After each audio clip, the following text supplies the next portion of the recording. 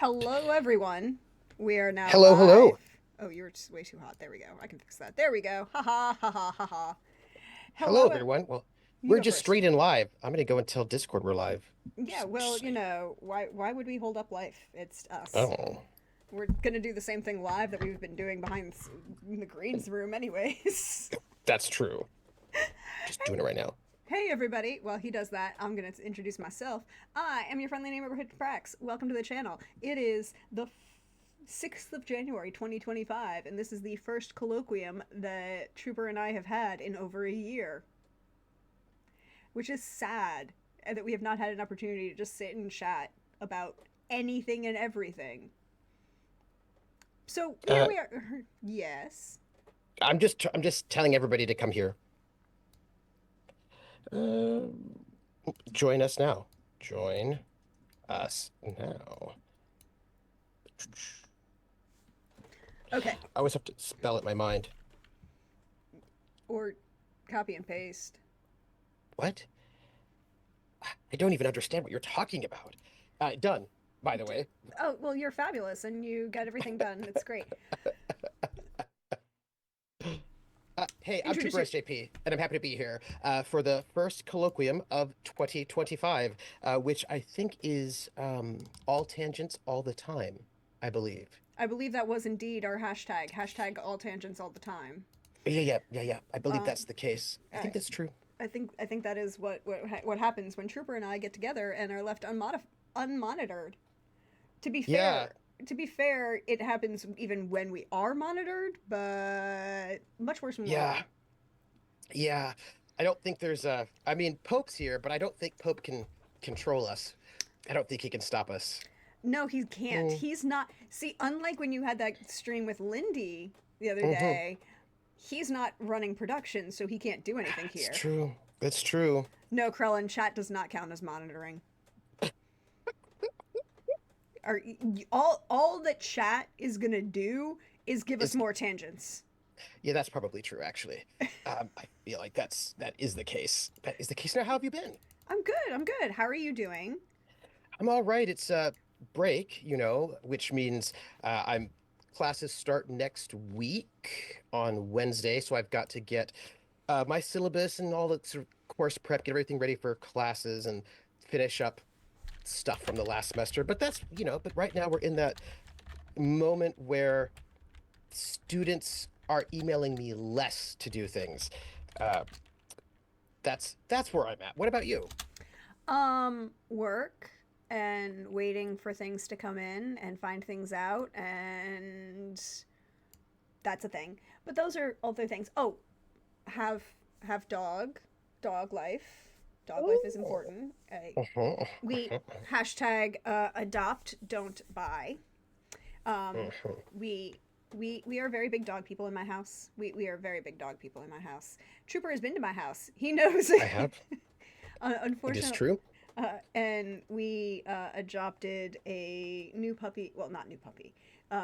Our old dog Bella finally passed in April. She was 16, right? Like lab mix hound tick red tick hound and lab mix, and she was 16. She lived a very full life. And then by July, it was like, no, we can't not have a dog. We are dog people. We need a dog in our life. So we adopted a 1 year old mutt, all terrier mutt, mix of Ooh. Boston Terrier, Boxer, and Pit and Whippet. So he has a brain cell. Does he choose to use it for what you want him to do? Is the thing. I saw a book, probably on archive.org.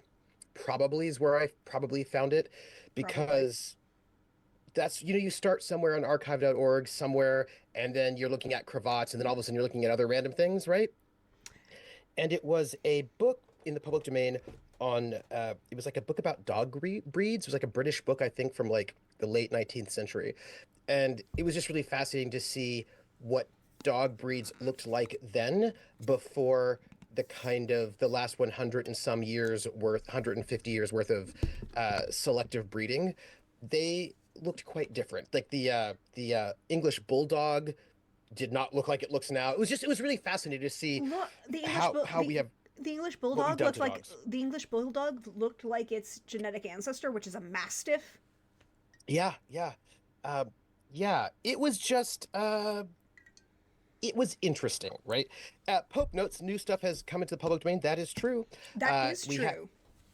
I will note that we do finally get new music, new recordings, pardon me, in the public domain this year because they put it on a hiatus. They with recordings, they're really exciting about being like, okay, it's 150 years, but it's 100 years, but we're gonna put it on pause for like 3 or 4 years before it actually happens. So we actually do get new music this year, which we didn't last year, recordings specifically. So that's Hmm. pretty cool. Yep. Uh, yeah, Speaking of public domain, um, I just put linked in chat my itch, which God, that was a thing. I'll tell you about that in a second. Um, because I do every year the public domain TTRPG games jam. jam, game jam. Has it started? Yeah, it starts January 1st. I didn't know that. I'm gonna have to look it up. Yeah. Although no, it didn't. Well, it didn't technically start January 1st this year because yeah, if you are a person who follows itch, you may have seen, unfortunately, 2 weeks ago, uh, they got the entire platform Yeah. DMCA'd for Who did bullshit it? reasons. Uh, Funko Pop. Oh, really? Okay. Could you say more? I heard something about it vaguely, but I was in the midst of grading, so I was not paying attention. So Funko Pop. So okay, for those of you who do not know, hi, I am finishing my law degree. My law degree is actually focusing on intellectual property. I am really, really, really big intellectual property law, and I have entire papers I have written and submitted for publication. Although I have not heard yet back from a bunch of those, but about the problems with the DMCA and how it's being abused, and also how algorithmic bots are horrible things and should be taken out and shot. So Funko Pop has a bot, or more accurately, Funko Pop hires a third party administrator to enforce their IP protection. Now, this is actually important because there are two types of IP, right? There are three types of IP. There's copyright, patent, and trademark, right? We're going to focus on, for the purposes of the DMCA, copyright and trademark. Most of the DMCA takedown notices you are now seeing are not copyright strikes. They are trademark strikes. There are some copyright strikes still happening, mostly on YouTube and some on Twitch, mostly tied to music and videos, but most of them are actually, the big ones are trademark strikes. And the way because a trademark never expires, right? Like a copyright will eventually expire, a trademark never will. This is where I also add in, hi, hashtag not legal advice, but don't fuck with Disney just because you think that Steamboat Willie is in the public domain. Steamboat Willie's copyright is expired. This is true. Steamboat Willie is a trademark. Is never going to expire, and they still protect. And as part of the point of a trademark, you have to file your protections and go after people who abuse your trademark and cause confusion in the marketplace. So it is to all of these major companies their need to go after everybody, right? And so they create these third-party services that create bots that troll the internet and send cease and desist letters on behalf of whoever owns whichever IP holder in this case. In this case, Funko Pop's third-party administrator goes after a person who wrote, I believe it is a tabletop game actually, and filed against Itch a DMCA takedown notice. Now here's where things get fuzzy. They filed the DMCA takedown notice with Itch and Itch's administrator, right? So like the ISP, right? To get itch taken down. Itch is technically a platform, right? Itch is a platform, like Twitch is a platform, Yep, yep. YouTube, all of these kind of things, Which means and it should be it itself protected. shouldn't. Yeah, yeah. It should be under the safe harbor protection. See, Yeah. this is where things get a lot of interest, and a lot of people are like, okay, so the way we need to torpedo the DMCA and the way it's being currently enforced is to have a case like this actually go to court. And what we need is Mm. itch to file suit against Funko Pop and their third party. Yeah, they sent a cease and desist letter. So here's the way it works, right? They sent a cease and desist letter to Itch and the ISP. Itch responded by saying they took down that creator. You shouldn't do anything. They should never have involved the ISP. There's no reason to involve the ISP. Itch is a third party platform. It shouldn't be involved. But instead, they sent a cease and desist to the platform, and the platform disabled Twitch. The ISP disabled Twitch. What needs to happen is the ISP and not Twitch. It disabled Itch, not Twitch. Wow, it will get very confusing, y'all. I'm sorry. But by the way, here's the game jam in case I found it. Yes, please Gaming do. like Thank it's you. 1929. Gaming There like you it's go. 1929, because it's always like you have to remember which one it is, and it gets very Yeah. fuzzy. So I have a whole plan for this year. It's gonna be great, and it'll be fun and hilarious. I can't wait. That'll be later. But so what needs to happen is Itch and its ISP needs to file a lawsuit against the third party algorithm administrator of Funko Pop and Funko Pop, name Funko Pop because you have to, because they violated the DMCA.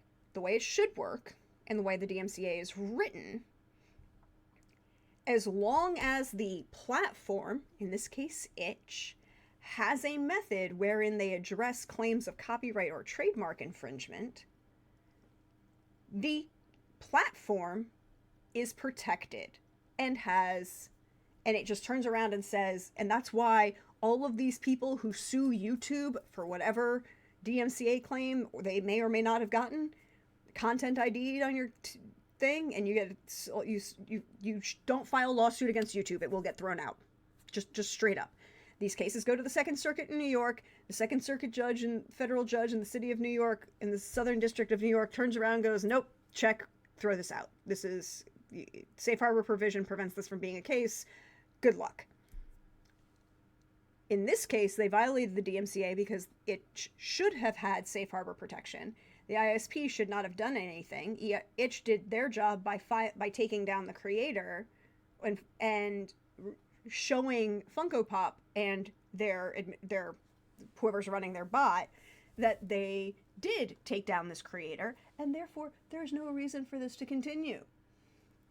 But for those of us who have Itch games, by the way, hi, yes, I write Itch games. I write historical based games that are, well, Troopers played every single one.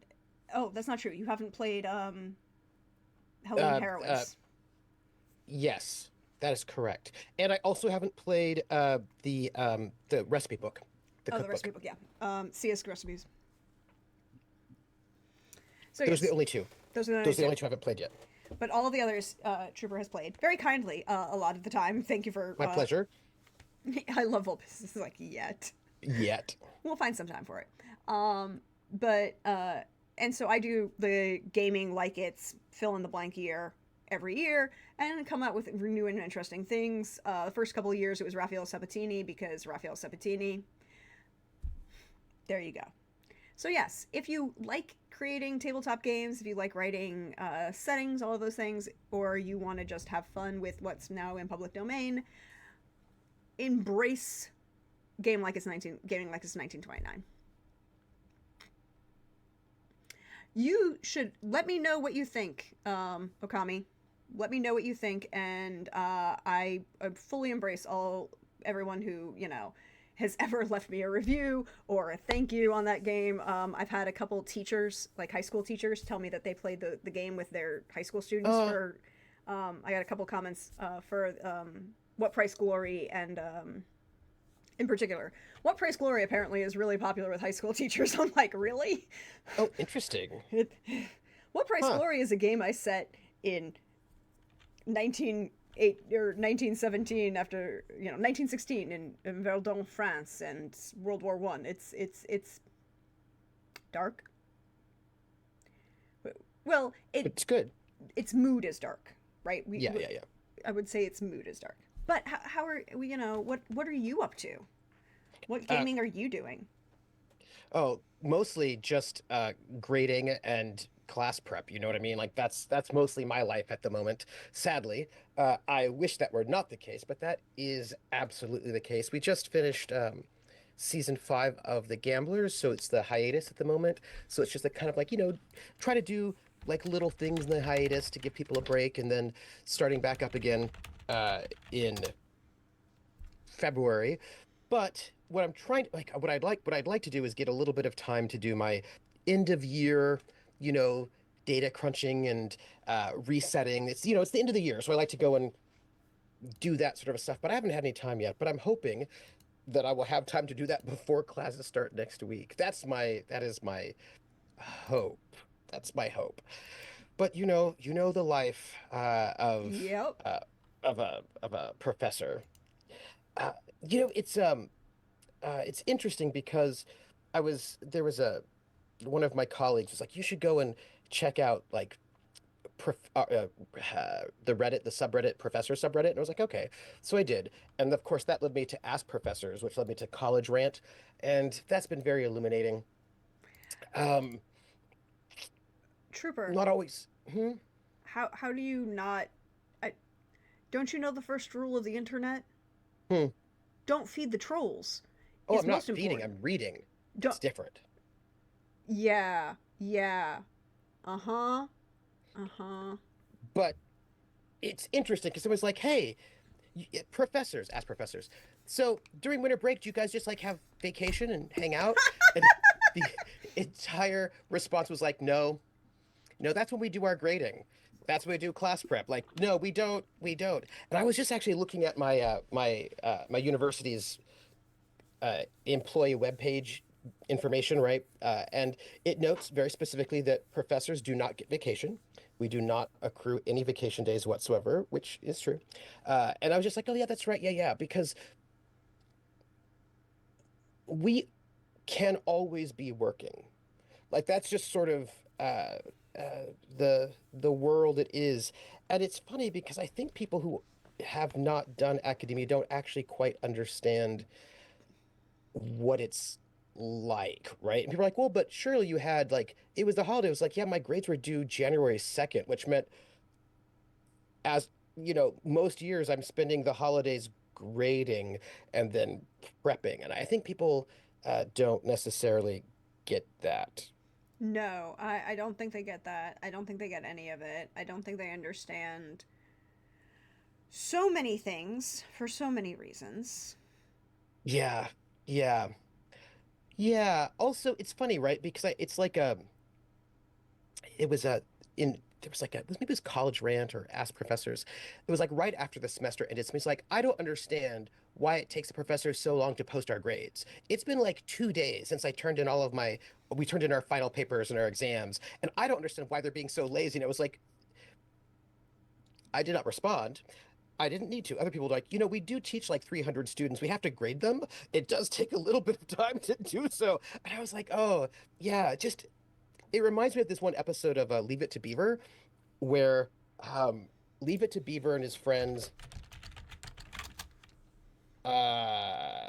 can't remember because like Wally's friends was Eddie Haskell and Lumpy, and Beaver's friends was like I don't know, random friends. Anyway, they happened to see their elementary school teacher or their I suppose elementary school teacher, Miss So and So, outside of school, like at the grocery store, and they kind of just freaked out because they didn't think that teachers ate food or slept, or had lives. And I feel like people sometimes also, even today in this modern world, do not necessarily realize that. Uh, that's all. No, no, they do not. They do not realize that. They do not No. realize that people have lives and do things and, Yeah. Yeah. Oh, chat mentioned that we just finished up Adventure 3 of Sandman, which we did. which was wild. I have to go watch the VOD. I'm sorry, I didn't. Oh no, it's fine. I'm just gonna say it was wild, and there were all these really weird things. People were like, "Oh, Trooper must have just made that up." I was like, "I did not make that up. The disco knife fight was in the adventure. That was not even me." So like, although that's just it's like what I think is wild is that the players are like, "Let me go and what if we do this wild off the wall thing?" And I was like, "Well, that's accounted for in the adventure. That's when you get the disco knife fight." Just it's quite odd to me how that works out. I'm not mad about it, but it is what it is. We'll probably do the last adventure probably in the summer. Is probably my guess is when we'll do that last adventure, unless something happens. But it is wild, and I think there's a lot of possibility in terms of what you can do with that system. It's quite interesting, I think. Oh, Vulpes uh, says the boring normal stuff is what I added. Yep. Hmm. Hmm. boring normal stuff is sometimes important. I mean, like, so those of you who don't know, I don't know why you're here if you don't know this, but I also run tabletop games, a whole shit ton of them. Trooper plays in a lot of them. He's great. It's a lot of fun. The shirt he's wearing is based on one of those characters. He survived the Lord Malf experience. It's true. I did. Uh, yep. It is true. There is a merch store that Prax has, I believe. Yeah, Um, that I linked in chat. yes, I just noticed it, but if you didn't notice it, you could notice it. I'm just pointing it out. I did bring back for the month of January a special item. Triple will appreciate this. I, And I'm I gonna have to brought go look it up. I brought back Vampires for Nixon for the month of January for Ah, reasons. You know, nice. just reasons. Yeah, yeah, yeah, yeah, yeah. Yeah, I see it. I see it. Mm-hmm, mm-hmm, mm-hmm, mm-hmm. I see it over there. I see it. I just pulled it up. I just pulled. Uh, I Ani Geek says survived. He is the Lord Math Experience. It's true. I am. I This is am the. true. I am the Lord Math Experience. The confidence you get from being like 25, and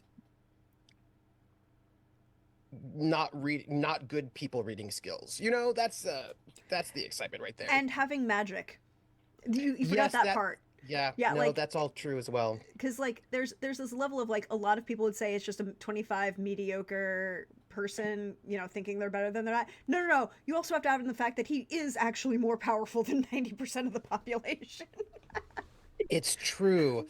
It's Yeah, yeah. Lord Math. It was Trooper's second character in the long-running Witcher campaign that I ran, both of which were very interesting characters, and I loved both of them. Vampires for Nixon. Actually, no. Vampires for Nixon is not based on the Ventrue. Vampires for Nixon is based on another game that Trooper played in that I ran. Um, Trooper, what did you say? I run high concept games, is what it is. Hmm. Hmm. Yes, called right? And Carousel called Carousel Court, and that was a thing. um, so here's the thing, right? I feel like there's a lot that could be done when it comes to thinking about how magic impacts society. And I think that people sometimes are not, they're either too conservative or too bold with their thinking, right? Like all sorts of things. Like I think what ends up happening is that they want to put magic on the current existing world without thinking about how magic could make that world different. Do you know what I mean? Yeah, it's one of the things that I think is most underrated when people talk about D&D, right? Particularly 5th edition D&D. Let's talk about 5th edition D&D because it will tie into what I am planning next aside from my other high concept. So this is my medium concept game that I'm going to Hmm. run because other people haven't told me if they're available for my current high concept game yet. So that's just a thing. This is an in between. So, as Vulpes says, Carousel Court was as high concept as you get. I mean, true. This is all true. Carousel Court was as high concept as you could get, and it led to a lot of thought experiments. And I, one of the things that tying back into 5th edition, everybody who plays 5th edition is like, oh, I want to play, I want magic, I want, fireball, right? Like I want all of this. I'm like, no, no, no, no. I want prestidigitation. That's it. That's all I Maybe. need. Hey, PB, I want prestidigitation. That's it. People are like, oh, it's so high, it's such a weak spell. I'm like, go watch Disney's The Sword in the Stone and see what Merlin does with prestidigitation. It's an entire song sequence, it's a massive animation moment, and you're like, this is. You take this and you put this on a group of people who have no magic, who have no abilities to do magic, and you're like, you can pack all of your items in 30 seconds. You Merlin can wants mending. And I was like, mending is epic. Mending is yeah. epic. You know, it's these low level what count as cantrips in 5th edition, and you're like, okay, think about how those actually make life better for the average human quote unquote peasant, right? We're going to use peasant as a placeholder because, you know, we're talking about D&D, right? Mending 1 minute to fix totally repair all of your garments. You means that for majority of the population you can now have those garments last longer and longer. Those garments do not wear, you know, beyond the fact that most people mended by hand anyways, these are now going to be longer lasting. You're going to have better time consuming. You have prestidigitation, mending to fix things like holes in roofs, holes in walls. All of these are going to improve quality of life and life expectancy and all just like general health of your population. I think one of the things, because, right, GURPS message boards have these conversations all the time because that's the kind of obvious audience that GURPS brings. People are like, there's no way you can have magic and have a place be medieval because it would immediately bring you like to this higher level of technology, et cetera, et cetera. And the thing is, I've got a couple of things I think about this. One, if we go back to D&D for a second, D&D has, the different editions have treated spellcasting in different ways. There were no cantrips in earlier editions. So there was no magician who could just do mending all day long without stop, right? But then also I think something that people are not,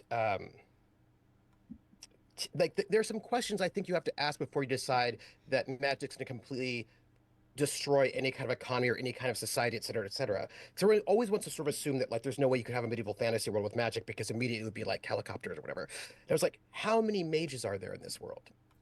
Right? Like if you don't have that many, then it's not going to have that massive impact in the same way, right?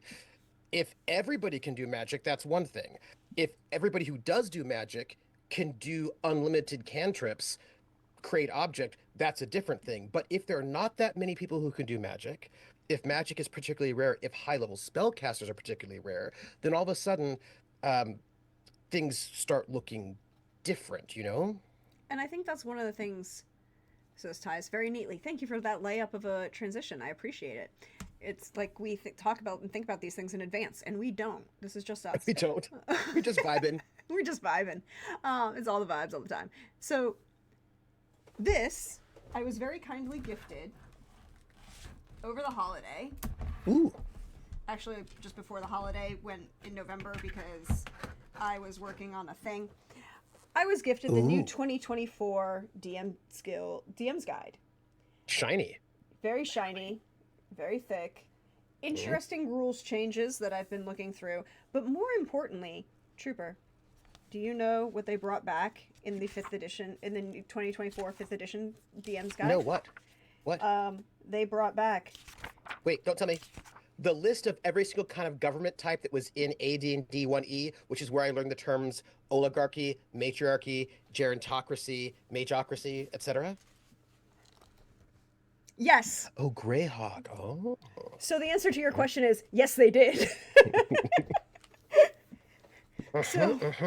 So they brought back Greyhawk as the setting example in the DM's Guild, complete with a full fold-out poster map.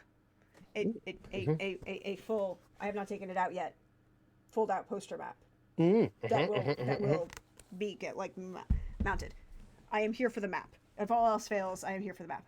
But I have decided that my next mid-concept campaign, right, Trooper? Mid-concept.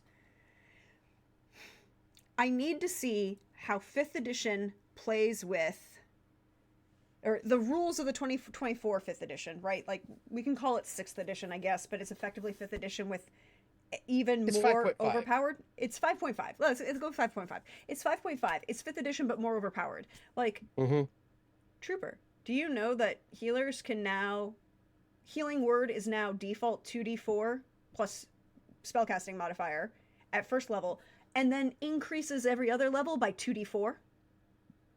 Hmm. I'm gonna run AD&D First Edition at some point in time really soon. Just Okay, side I'm just note. saying I would play that. I would play that all over the place. I so Friday, the reason I didn't get to watch the end of the Sandman is because we had the reschedule of our Fisher House charity stream for the Fisher House Groundbreakers, and the Groundbreakers, Shelley Von Miller ran a really great game. We played. There was a little bit of shenaniganry. There was a lot of shenaniganry, but That's important. on on path shenaniganry, Hmm. right? Like I played a Shatter Kai Grave Domain cleric, okay, with a big pointy stick. I gave her pike proficiency, okay? Nice, nice, nice. Pike proficiency. And then we had a kobold paladin. Did I, at one point in this game, lacrosse shot the kobold paladin into the circle of wolves? Yes, I did. Oh, that's amazing. Catapult, That's amazing. catapult kobold? Yeah, that's a thing. I need to get art of that. I have a couple people I have to talk about art, but anyways. But I'm sitting there looking at this going, okay, this is we're playing in Faerun, we're playing through whatever, and that this is in no way, shape, or form any comment about how much fun I had with the game or anything else. But we had I was a Shatterkai cleric. We had a Tabaxi rogue, the Kobold paladin, and a half elf warlock. Okay, Hmm. we had two combats, one of which, because she was running through an adventure, it was a lot of fun. We were playing fifth level, right? This is what the adventure calls for, fifth level. Um, we are playing fifth level. There are two combats. The first combat is a pack of wolves. Hmm. I am the only person that the cleric with the big pike is the only one who takes damage. I take 6 points of damage out of 43 hit points. First level, did you say? Fifth. No. Okay. I was like, how much OP did they go No, with no. 5.5? No. Fifth edition, I took 6 points of damage the entire combat. I was the only person that took damage. Second combat, we are fighting doppelgangers. Okay? Again, I am the only person that takes combat or takes damage. I am the only person that takes the cleric is the only person that takes damage, and the cleric took should have taken 20 points of or no, 18 points of damage, but didn't. All of that was halved down to 8 because your cleric was a Shatterkai, and Shatterkai legitimately are broken because as a bonus action, then equal to the number of times as your proficiency modifier, you can shadow step anywhere you can see up to 30 feet, and then the rest of until the start of your next turn, all damage is reduced. Right? Hmm. You are at half damage for everything. All types of damage, including psychic. Wow. Wow. So That's amazing. you can literally like, okay, now put that on a barbarian. Yeah.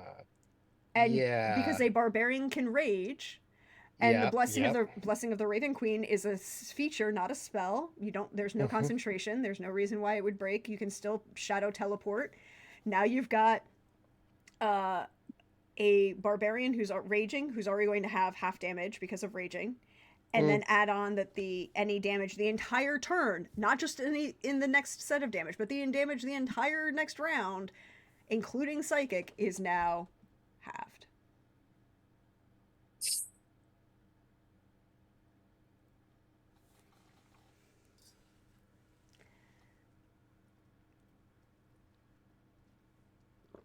When I was playing through. Resistances, but Shatterkai resistance can stack. It actually says that. Res- Oh. and it says that it can stack. And you're like, what? Hmm. Hmm. Uh, so when I played the introductory solo adventure for basic D&D Red Box a bit ago, Yep. um, I was like, oh, that's right. You only heal 1 hit point per day. Uh, and with if you do total rest. Otherwise, that's it. Unless you have magic, but also magic, you didn't get a lot of it. And I was like, right, right, right. I remember that. I remember when you just don't heal a lot. You don't, and that's the thing is like, okay, so even if we didn't have a paladin who chose to give lay on hands effectively 6 points and then 8 points of damage to your cleric after the combat was over, it was still technically a 2 days of event, so you had a full rest in between, right? Like, and but also you can just you still have like a did they do that in when did they start that in third edition? The sort of was it third edition or was it fourth edition? The uh what do they call it? That thing you can do? I think it was third edition, right? The hit point second wind? second. That's only for fighters. No, no, there's like a thing, right, where you have a certain Short number of those rests. Short short rests. rests. Thank you, short rests. Short rests. Uh, Short rests were brought in for fourth edition. fourth, they weren't in third. I don't know. No, I don't I third edition. It may have been third edition. I don't. They were brought in to give warlocks fourth edition brought in short Fourth rest edition. because it's and then Thank you, Carl. warlocks always want short rests because they get all of their stuff back after a short rest. Yeah, well, see, my sense, and this is how people were talking about it, was that short rests were not for warlocks. Short rests were because nobody wanted to play a cleric. Because the people playing clerics didn't want to have to heal people all the time. So they just made it so that clerics didn't have to heal people because everyone could heal themselves. So that clerics could then do other things. Well, cleric spells are now broken as fuck, but I play clerics and I love it. So, Ah! I mean, Ah! like if you want me to Yeah, really fuck with your life, and I will play a cleric. I will play a grave cleric, right? At at first level, when you become a cleric, right, of a grave cleric, or second level, whichever your edition you're looking at, it's now whichever one it gives it. Um, you get Third? well, no, it's so clerics always select their order. They used to select their order at what domain they were Oh, at character creation, and now in yep. 2024 they've pushed it back to like second level, I think. Whatever, it doesn't matter. But once you select your domain, you get spare the dying as a cantrip. Spare not normal spare the dying, right? Normal spare the dying, you have to go over, touch someone, they are put in suspended animation, whatever. Nothing happens to them, right? They don't have to roll death saves anymore. They're imperfect. You can't kill them even if you target them. A grave cleric gets spare the dying as a cantrip at 30 feet as a bonus action. Oh, wow. Hmm. Hmm. A grave cleric also gets, if a character goes down rather than rolling, and you restore HP. So you go down, the barbarian goes down, the fighter goes down, they're at 0 HP. The cleric can turn around, the grave cleric, and restore max damage on the die without rolling. Wow. Life clerics, all after third level, restore max damage on the die, plus they add their proficiency bonus to everything that they are, and proficiency bonus and their spellcasting modifier to what they roll, to what they do. Hmm. Eyes of the Grave at the location of any undead. Where's the other one? Oh yeah, and at 6th level you get Sentinel at the Door as a reaction. Right? 6th level. This is a reaction. As a reaction, when you or a creature you can see within 30 feet suffers a critical hit, you can turn that hit into a normal hit. Any effects triggered by a critical hit are cancelled. You can use this feature as many times as your proficiency modifier. Hmm. You know, So now think about that, right? Think about how this 5th edition, really 4th, it started in 4th, but really in 5th edition and the new 2024, the game itself mechanically, right? The mechanics of the game are very much there in a way designed not to cause permanent damage or harm or death to player characters, right? Like that's the Mm-hmm. Mm-hmm. mechanics of the way the game is written. Mm-hmm. Mm-hmm. The new 2024 DMG has brought back Greyhawk as a setting. Mm-hmm. Greyhawk is many things. Kind and Fuzzy is not one of them, right? Like as a setting, if you're looking at like the worlds that D&D created and like as a broad strokes, you have on one hand over here Faerun, right? Thank you for that resub. We appreciate. Oh, I saw it just popped up. That was it. Yeah, Caduceus in Critical Role used that ability a lot. He used it great. Spare the Dying increases the range. Oh yeah, and 2024 increases the range of Spare the Dying. So you can now have bonus action plus whatever. It's just great. All subclasses are third level. Okay, I missed that. I wasn't 100% sure. I knew it was going back and forth on the 2024. I haven't. Like I said, I have to sit down and look at it. So Greyhawk is the spectrum of settings in D&D, right? On one, if at one hand and you have Faerun, right? Like all magic all the time, weird Yep. shit happens. It's just, you know, another day in Waterdeep. You know, it's not even the adventures that Wizards of the Coast have published in 5th edition that were based on earlier editions, like Tomb of Annihilation, which is based on Tomb of Horrors. Um, Do they actually redo it? Oh. yeah. Oh. Right. Wait, hold on. It's the D&D Beyond. Okay, so Just Waterdeep things. yeah, just Waterdeep things, right? Like It was inspired by Tomb of Horrors. it's inspired by Tomb of Horrors and includes pieces of the Tomb of Horrors that you're like, including the face, right? Like Mhm. the mask that if you put your hand in there the wrong way, you auto die because of disintegration, right? Like one of the most well-known parts of the Tomb of Horrors that was just, you know, Tomb of Horrors. Yeah. Yeah, What'd well they do? they nerfed that like hell. You can now roll a dex save to try and get out of it, and B, it only can do a set level of damage, the same level way, so it won't auto kill you. Hmm. Um, Hmm. it's still technically possible for you to die, but it won't auto kill you. But if you have on this end Faerun, right? Like you have the Descent into Avernus that canonically has a pink flying elephant as a spiritual guide, right? Like Hmm. canonically that's a thing. If you have that end over here, right? And then on your far other end of the spectrum you have Dark Sun, I Mm-hmm. would say that Greyhawk is a lot, closer to the Dark Sun era, right? Like Mm-hmm. you probably have Faerun, then Eberron, right? Ravenloft as presented in 5th edition, then Ravenloft as presented in 2nd edition. I think those are two separate things because I think that those two, you know, let me phrase that. Ravenloft and Curse of Strahd from 5th edition versus the Dread Domains in 2nd edition. Would that be a more appropriate separation? I think so. Then Greyhawk, then Dark Sun, right?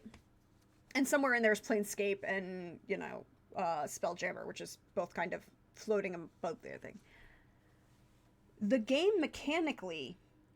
So what I want to do is I'm taking two of my favorite 2nd edition Greyhawk adventures, which I have previously mushed together because I think they work well. The adventure stories work well together. You have to do some tweaks to kind of make the plots work, but you can do so mushing them together and changing it and doing the math to make it run in the new 5th edition. Because I don't think really, I don't think really Greyhawk works in 5th edition.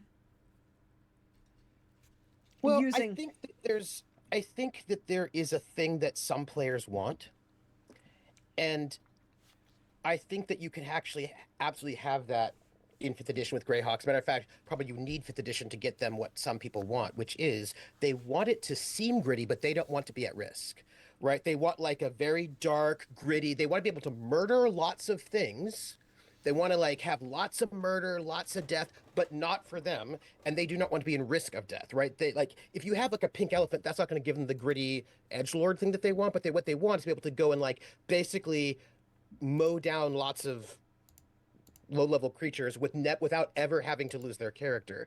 And I feel like you could absolutely do Greyhawk that way in fifth edition, right? Where if you want a particular kind of power fantasy where you get to crush all of your enemies without ever having to worry about your character, it's the tone, right? Like I think you could have a Greyhawk tone with players who don't ever want to be at risk, right? I think that you could definitely do.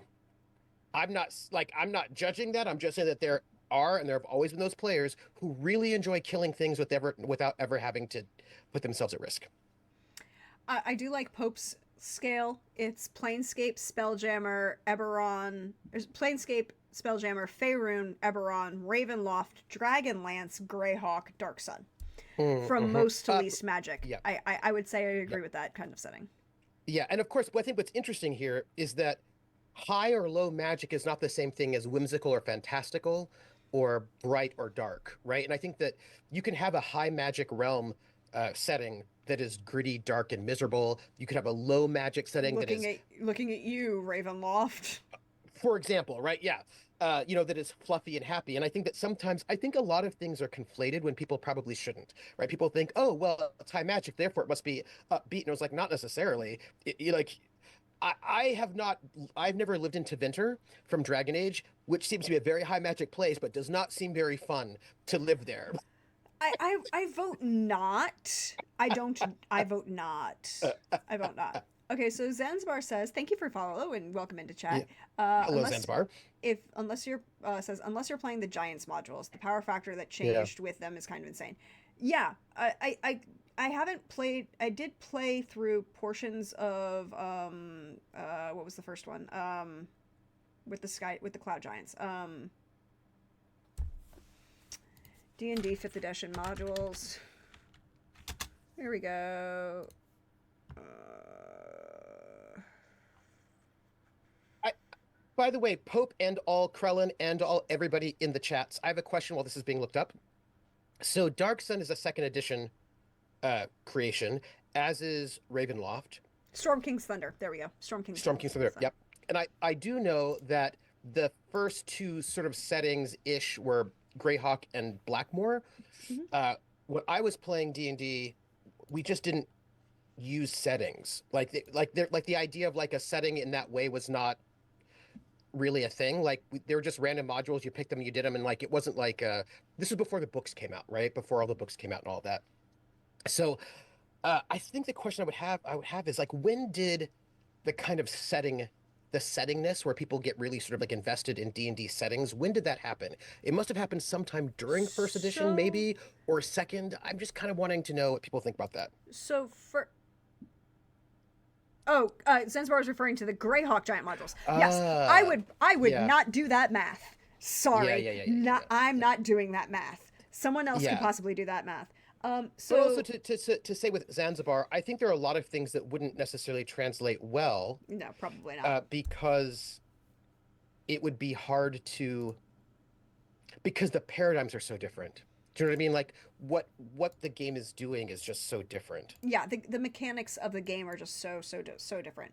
Yeah. So Greyhawk is officially the first setting written by Gary Gygax.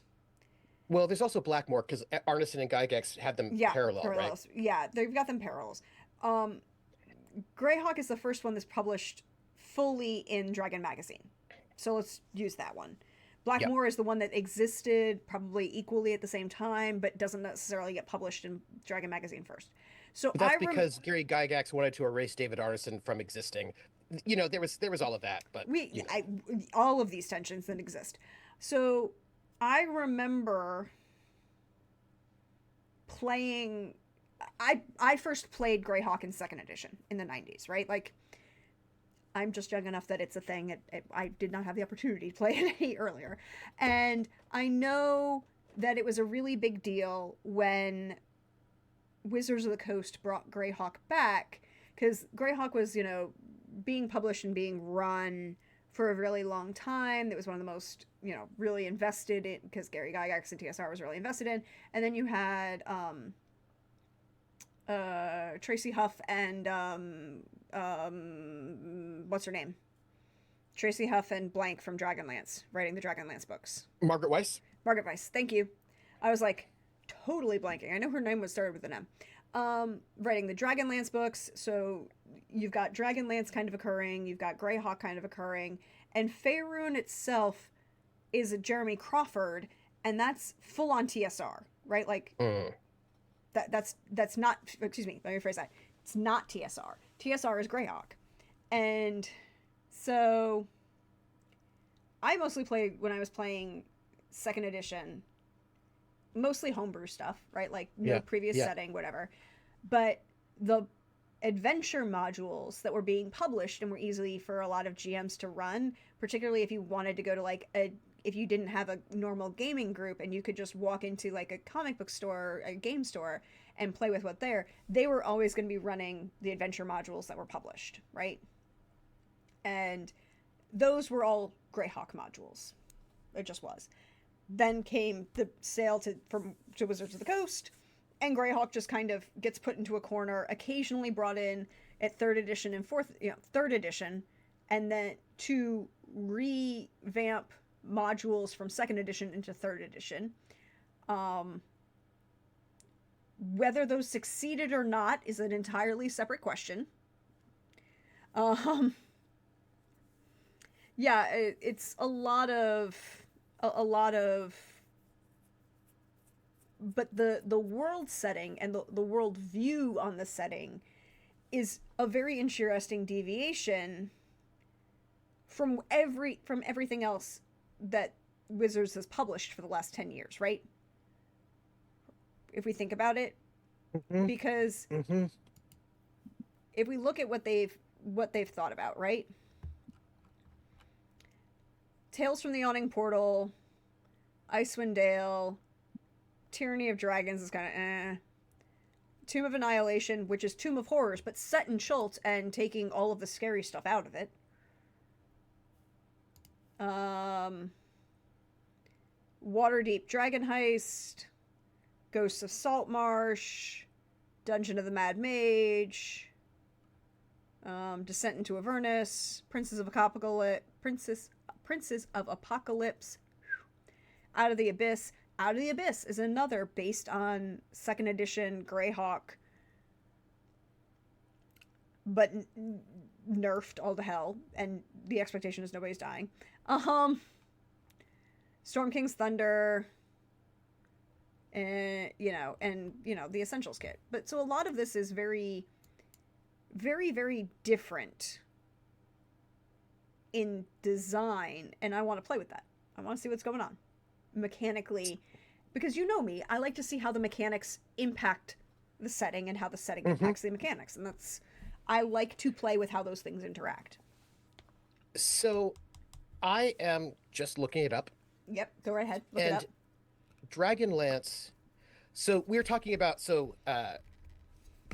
Carlin thinks it's probably Dragonlance, right?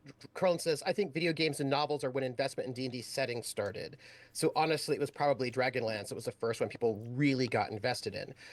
And this feels correct to me. And so I was looking it up, and Dragonlance was first published in 84, Yeah. the first module, but at the same time the first module for Dragonlance came out, also the first book for Dragonlance came out. And in 88, the video game is Heroes of the Lance comes out, which is also Dragonlance. So I think it feels correct to me that it was the sort of multimedia, or what do they call it? Cross media platform. Yeah, right. That particular thing sort of creating this kind of investment. And when I think about my experience personally, which again did not tend to involve buying modules, right? I think I had a couple modules randomly, but when I started hearing people really thinking about setting and like an investment, it was Drist, right? They'd read the books, they wanted to be Drist, and I was in a group of people who all were playing Drow Rangers, fighter magic users who basically all wanted to be Drist. And that I was like, I've not read that book. I don't care. But I think that when it comes to setting in that way, I really do think it was like books and video game dominating that sort of push. Because if I was thinking about something from my early gaming days when people were very invested in setting, it wasn't D&D, it was ElfQuest, right? When the ElfQuest book came out, people lost their minds who liked ElfQuest because they were so ElfQuest was invested in that world fun. and that setting, right? And so they were so ElfQuest is happy fun. for that game. Yeah, and so I think that's kind of like I think that there's something about um authorship that's happening here, right? Like who is the author and are you following some other author's idea or are you creating your own? And if you are really invested in the creation of some author, probably in a book or a video game, then you want to be in that book or video game, which is different than like there was no book or video game to be in when I was playing AD&D 1E. It was you were playing D&D, right? And so that seems like it was different, right? So Zanzibar points out there was extensive tournament play living Greyhawk in the 3.5 era with Mm-hmm. mostly entirely fan-made modules and world history. Mm-hmm. Um, though unfortunately, when it was wrapped up, there were a lot of rights issues that were prevented those modules from ever being made available to the public. They are now currently being made to the public, a lot of them because of the open gaming license that is retroactive on third edition. Um, Mm-hmm. but like, I'm not going to. You can go look. You can look them up on Drive Through RPG. A lot of people are publishing them now on Drive Through RPG. Um, Nice. Ann Meyer, Ann Beyer, Ann Meyer. Vulpes is Greyhawk module set in the mid 70s. Yeah, Greyhawk and Blackmore all started right around then, right? Because they're the first ones. But I think what I was going to say, Vulpes, is that um, playing it in the early 80s, I wasn't thinking about Greyhawk, right? Because the book didn't really talk about, they were like, here's a pantheon of stuff. You're like, okay, right? You know what I mean? Like it wasn't, I didn't know, like I still to this day don't know if the Isle, what setting the Isle of Dread is in. It was the one that came in with the blue box. I don't know. And I don't know what setting um, Pyramid of Pyramid of the Spider Queen. I don't remember. Anyway, you get these like random ones, and like at the time I was like, I don't remember. I don't know which where that So came from. officially, Isle of Dread now officially belongs to Faerun, Does it? and yeah, technically because it's technically actually part of the Dread domains now, and so get people put it with Faerun, even though like the Dread domains are technically are Ravenloft, right? Like it's part of Ravenloft, but no one ever fifth edition players don't know about the fifth edition players who've only played fifth edition only know Ravenloft from Curse of Strahd. And in Curse of Strahd, there is no Dread domains, it's only Ravenloft. So none of the other Dread domains exist. So Isle of Dread is now kind of shoved into the Dread domains. Um, and the Pyramid of the Spider Queen, right, is now officially Underdark Faerun because it's now attached to everyone's favorite. She's not wrong, but we still maybe she went too far. Goddess Lolth, right? Like, So these are the only three AD&D modules I ever bought as a youngin. And technically one of them I didn't buy because this one, what the Isle of Dread was included in the blue box, right? So here's the Isle of Dread. Here is the Secret of Bone Hill from 81, and then the Lost City from 82. Those are the three modules. So the Lost City, I believe, was originally a Greyhawk adventure. Let's see. One that sound to what I've been wrong before. Akami says that Von Richten's Guide to Ravenloft adds the Dread domains in 5e, but nobody talks about them, right? Like nobody. I didn't know that that was a thing. I'll have to look it up and see what's going on there. But you know, So I just checked the Wikipedia page on for Dragonlance modules, and the Lost City is not a Dragonlance module, but I'm trying I to didn't figure out. say I didn't say Dragonlance. I said Greyhawk. Oh, let me see I what it thought says. I could be wrong. That's what I'm saying. I don't know. let me see what we got because I am curious because I remember going through this and I never had a sense of like, oh, this is in a world. It's like, oh, hey, here's a dungeon. Because here's the thing, it's a module, right? The Yeah. modules were not, they were modules that you would just drop into your pre-existing campaign. You're like, oh, I need an adventure for characters level 1 through 3. This So will work, and you just so grab it, you know? I was wrong. Isle of Dread is a Greyhawk module. Isle of Dread is a Greyhawk module, and then what was the other one? Lost City. Isle of the Lost City, and then the Secret of Bone Hill. Okay, Lost City is not officially Greyhawk, and the Secret of Bone Hill. Secret of Bone Hill is a Greyhawk module. Uh-huh, uh-huh, uh-huh, uh-huh. No, I just find it kind of like there just was a time when you were not really thinking about that. Do you know what I mean? Like if I'm looking at the Isle of Dread, do they say where they have they retroactively placed it anywhere? No, actually, apparently it was built into the plot to the thing. So the module is described will level adventure, blah blah blah, and the Lendendor Isles. The module is more of a mini setting than an adventure, offering several adventure locations, and may require a dungeon master to expand it using the world of Greyhawk milieu. The module expands upon the basic types of undead creatures found there. So it's a first edition in Greyhawk, and then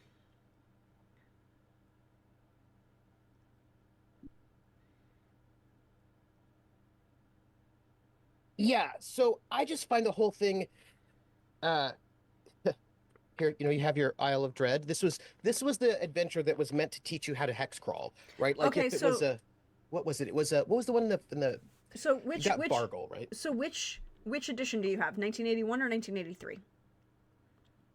This is probably 83. Let me check. This is 83. Yes. So according to Wikipedia and the ISBN attached, the 1981 first edition um, was included with every copy of the version of D&D expert sets Huh? as the outdoor setting. Yep. And then in the 83 edition was with the revised edition of the expert set and new cover art. Yep. Yep. And Yep. as Yep. Yep. part of that, with the hex crawl system, was set in the outer areas, or it's set as part of the world of Greyhawk, but it's on the Sea of Dread in the world of Greyhawk, which, come here, Flanus. So, fun things that I'm going to share the link because Anna Meyer has done a whole lot.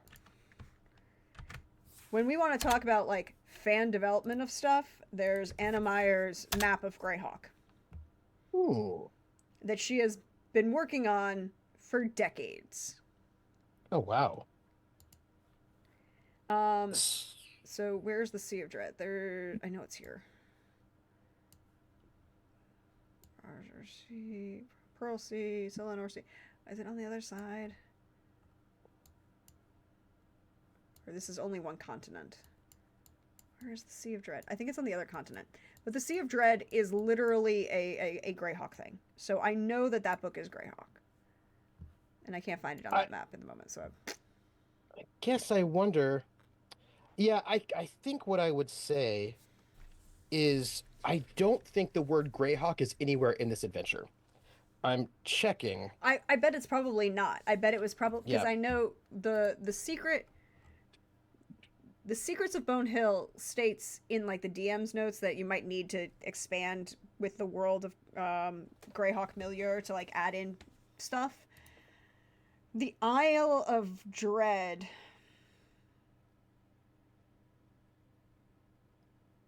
Mm, Yeah, I think this all started with Trooper asked where D&D started making settings a big thing. Yeah, and the okay. thing is, I think it's not when for me, I don't know if it's when D&D started. Like, I think my question is not when D&D started making settings a big thing, but when players decided that you must play in a setting, an official setting, and follow lore, etc. So, like, there's a difference between like, oh, here's some stuff, let me grab it, and like, oh, I really like playing in Faerun, and then you must have these gods, and you must do this or this, right? Like, when you picked up deities and demigods, right? There's like a whole bunch of different pantheons in there, and you could just use whatever you wanted, right? Like, I think so. For me, I don't think it's about D&D, what TSR did it, but when audiences decided, well, when players became audiences, right? When players decided, oh, we have to be in this setting, we have to follow this. Like, do you know what I'm saying? For me, it's about like because there was a whole discussion about. I mean, well, in the very beginning, they would talk about how D&D is a living thing. Like there is no official D&D. Everybody does their own thing with it, and then there became an official D&D, right? But I think this is also about in the hearts of players, right? When somebody's like, "Oh, well, if they don't do this, then we can't do it." And you're like, "Sure, you can. You can do whatever you want," right? But like a different relationship to who the author is, right? Are you as a player the audience for the creator who is the publisher, and then you must do what they tell you to do, or are you're also your own creator? I think is what I'm thinking about that. If you know what I'm saying. No, I totally agree. Welcome in, Conti, first of all. Hey, Second of hey. all, I figured out, according to various sources, where the Isle of Dread is officially supposed to be located, although no one has actually kind of confirmed yet. Even Anna Meyer doesn't have it fully on the map. It's supposed to be part of the Densac Gulf in Greyhawk, or in the Greyhawk world setting, right? North of the Pearl Sea, south of the Azure Sea. There's a whole bunch of island chains, and it's kind of like which one is it? You're not 100% sure, but whichever one you want to put it in as a GM, you can put there. Uh, I have questions. I find this particularly fascinating. I'm going to just let me look. By the way, you're going to have to vamp because I've got to go grab You have to go the. get Let me food. see. Go get food. I'm happy to talk about things. Vamping. It's Yes, not vamping. It's vamping. me talking about food, or well, But me I'm talking also about looking stuff. up for something. This is the thing, right? This is Mm-hmm. because the Isle of Dread has a map, has a larger map, not just the map Yeah. of the isle itself, but it also has a larger map. And I'm wondering if these things um, I need to. are correlated. I think it Can you search? Uh, not in this one. I think you can oh, in the other maps, but this is like the one I shared is Anna Meyer's like life's work. But it's according to lore now part of the Densac Gulf. And on this map, that's the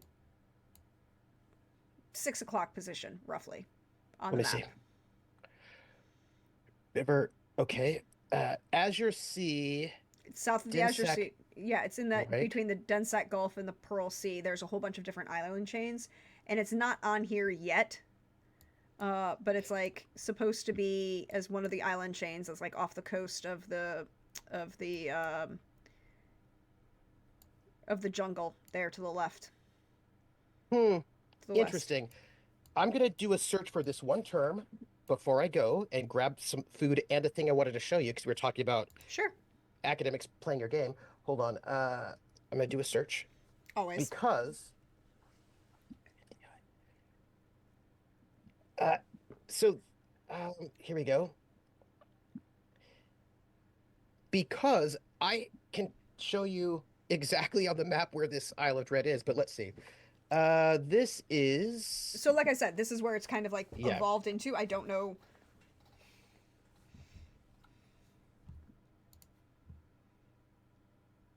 So I would like to know some more information. That's what I want to know. Sure. Um, Not that you can tell me, but so where is the Isle of Dread? It's right here.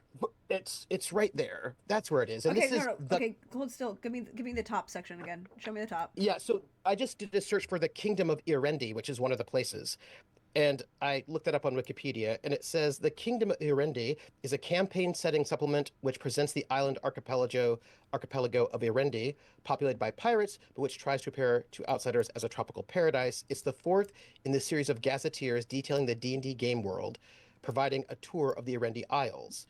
So the D Of and course, D, now so the D and D this game comes out world. in 87, which is like 6 years after this is first published. So the question is this like So uh, the D&D game back? world, the D&D game world is officially Greyhawk, right? Like at that point, anything pre Uh-huh. pre Wizards of the Coast is all Greyhawk. So the official D&D game world is Greyhawk. Now, that looks like the Pirate Isles. I don't think she's labeled it the Isles of Arendi yet, but those look like the Pirate Isles. And if you zoom in, you can't zoom in too much, but it looks like one of these here. So, but again, go get food. Yeah. I I just feel like there's maybe a little bit of backronym going on here, right? Where uh, Yeah, like this where wasn't original because it wasn't because there was both Blackmoor and Greyhawk, and there was Arneson and Gygax, and then Gygax pushed out Arneson and decided to kind of rewrite history. So I sort of wonder if things that were not necessarily attached to Greyhawk become backwards I, backwards attached to Greyhawk, you know? it's possible. It's entirely possible. Uh, Oh, especially that would have to make sense because well, that's Dragonlance. Go ahead. I'm gonna get food. I'll be right back. And then Go a get food. game that you want to hear about. Hold on. Oh, okay. I want Yeah. to talk about games that you Wait, want to wait, hear wait. about. I'm gonna check up on the 5 chat. minutes. I'm gonna check up on chat while you're gone. So first of all, hey, Kanzi, welcome in. Glad to see you. Scrolling all the way back because um, Volpes is agrees with Trooper that it's probably not Greyhawk. It might be Blackmoor, which is possible. But like I said, now it's canonically Greyhawk, and therefore, who knows? Saying uh, there's a lot that's pretty world agnostic. This is true. A lot of those were. The Black Dice Society didn't. I loved Black Dice Society. Hi, Tanya is a really great person. You should give more love to Tanya and a whole bunch of other members of the Black Dice Society. Did showcase a lot of the domains of dread really really well. If you also want to look up another another AP that did really really well with for the domains of dread, there is the I'm going to copy and share the link because it's great. The May Black Roses Bloom, which is actually Dragonlance Ravenloft in the best possible way. Brilliantly dark. One of the best stories I've ever had the experience of viewing as a viewer, but also of participating in tangentially, and then eventually having a guest starring character in that game. One of the best narrative experiences, I believe, and of everyone who fully acknowledged and embraced the fact that y'all might die. And y'all might die, and literally, as a player, one of my favorite moments of all time is when I, as a bard, counterspelled Lord Soth's last 9th level Disintegrate. And kept the Knight of Solemnus alive long enough to fight him kind of to the death. Great, really great campaign. Brilliantly portrayed by a number of really, really great players that I have had the fortune of calling friends for a while now. Pope was in that game. Pope created one of the most interesting dwarfs of all time for that game.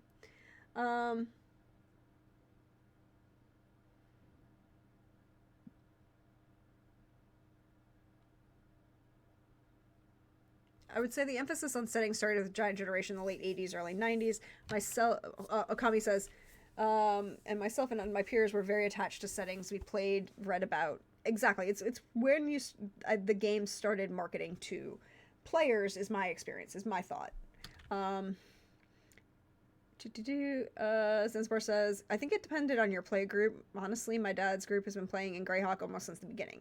I would guess it might be because of what modules and content were more widely available to them at the time. Not every JM wants to create their own world. Fair. That makes total sense, and I totally agree with that.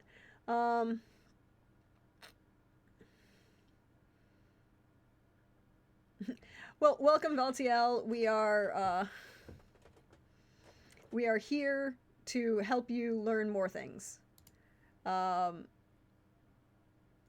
Yes, Okami, I will tell you, full content warning.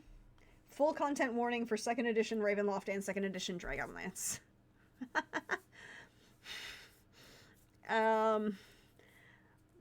full content warning for that. But that May Black Roses Bloom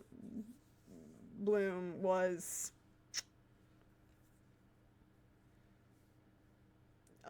you know, a brilliant, brilliant story. Um, and it was very, very important to a lot of us. But yes, so hi. So yeah, that's what I'm doing. I'm thinking about taking Greyhawk and taking two of my favorite modules that I have mushed together before, and I've run them as second edition modules combined. Hawkeye, welcome in, Hawkeye. Welcome, welcome, welcome. We hope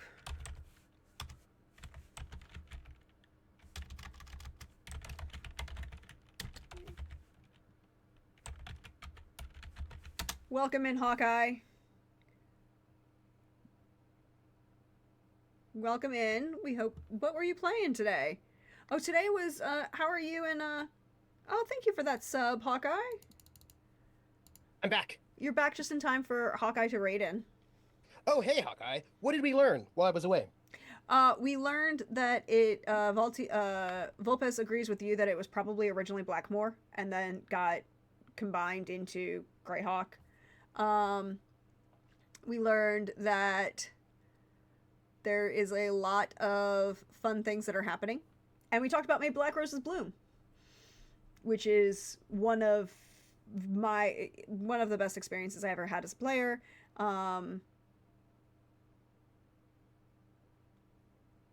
Second most favorite GM I have ever played with. Tied for two. I mean, like, they're tied for two. It's Greg and Don are currently tied for the top GMs I've ever played with.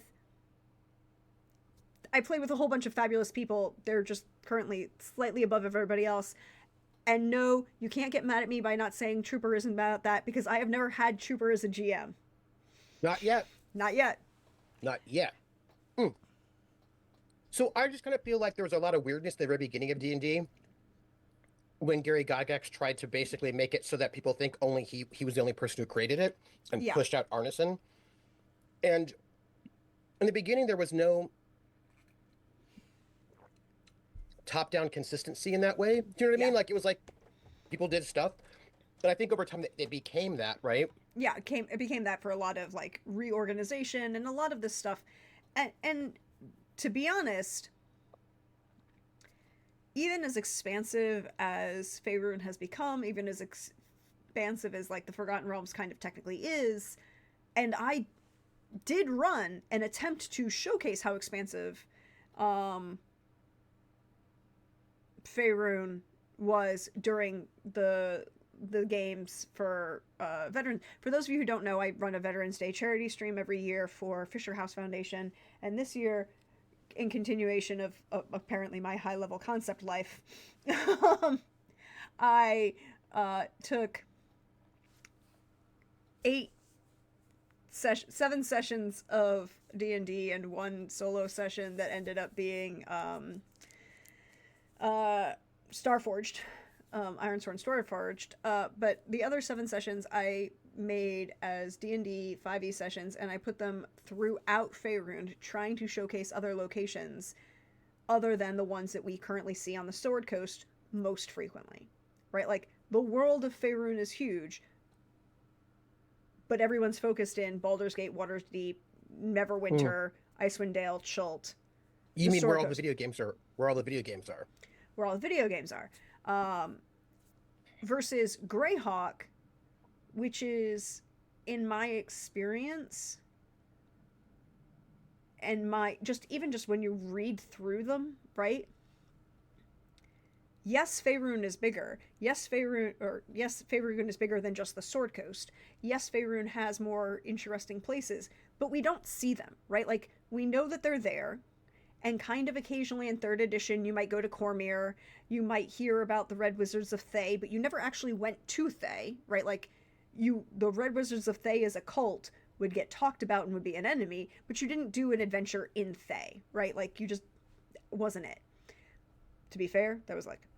But then you do Greyhawk, and I'm using Greyhawk to talk about the entire world because I'm not getting into the fight about how you pronounce it, because they've officially validated both pronunciations of the world, and you're just like, fuck you.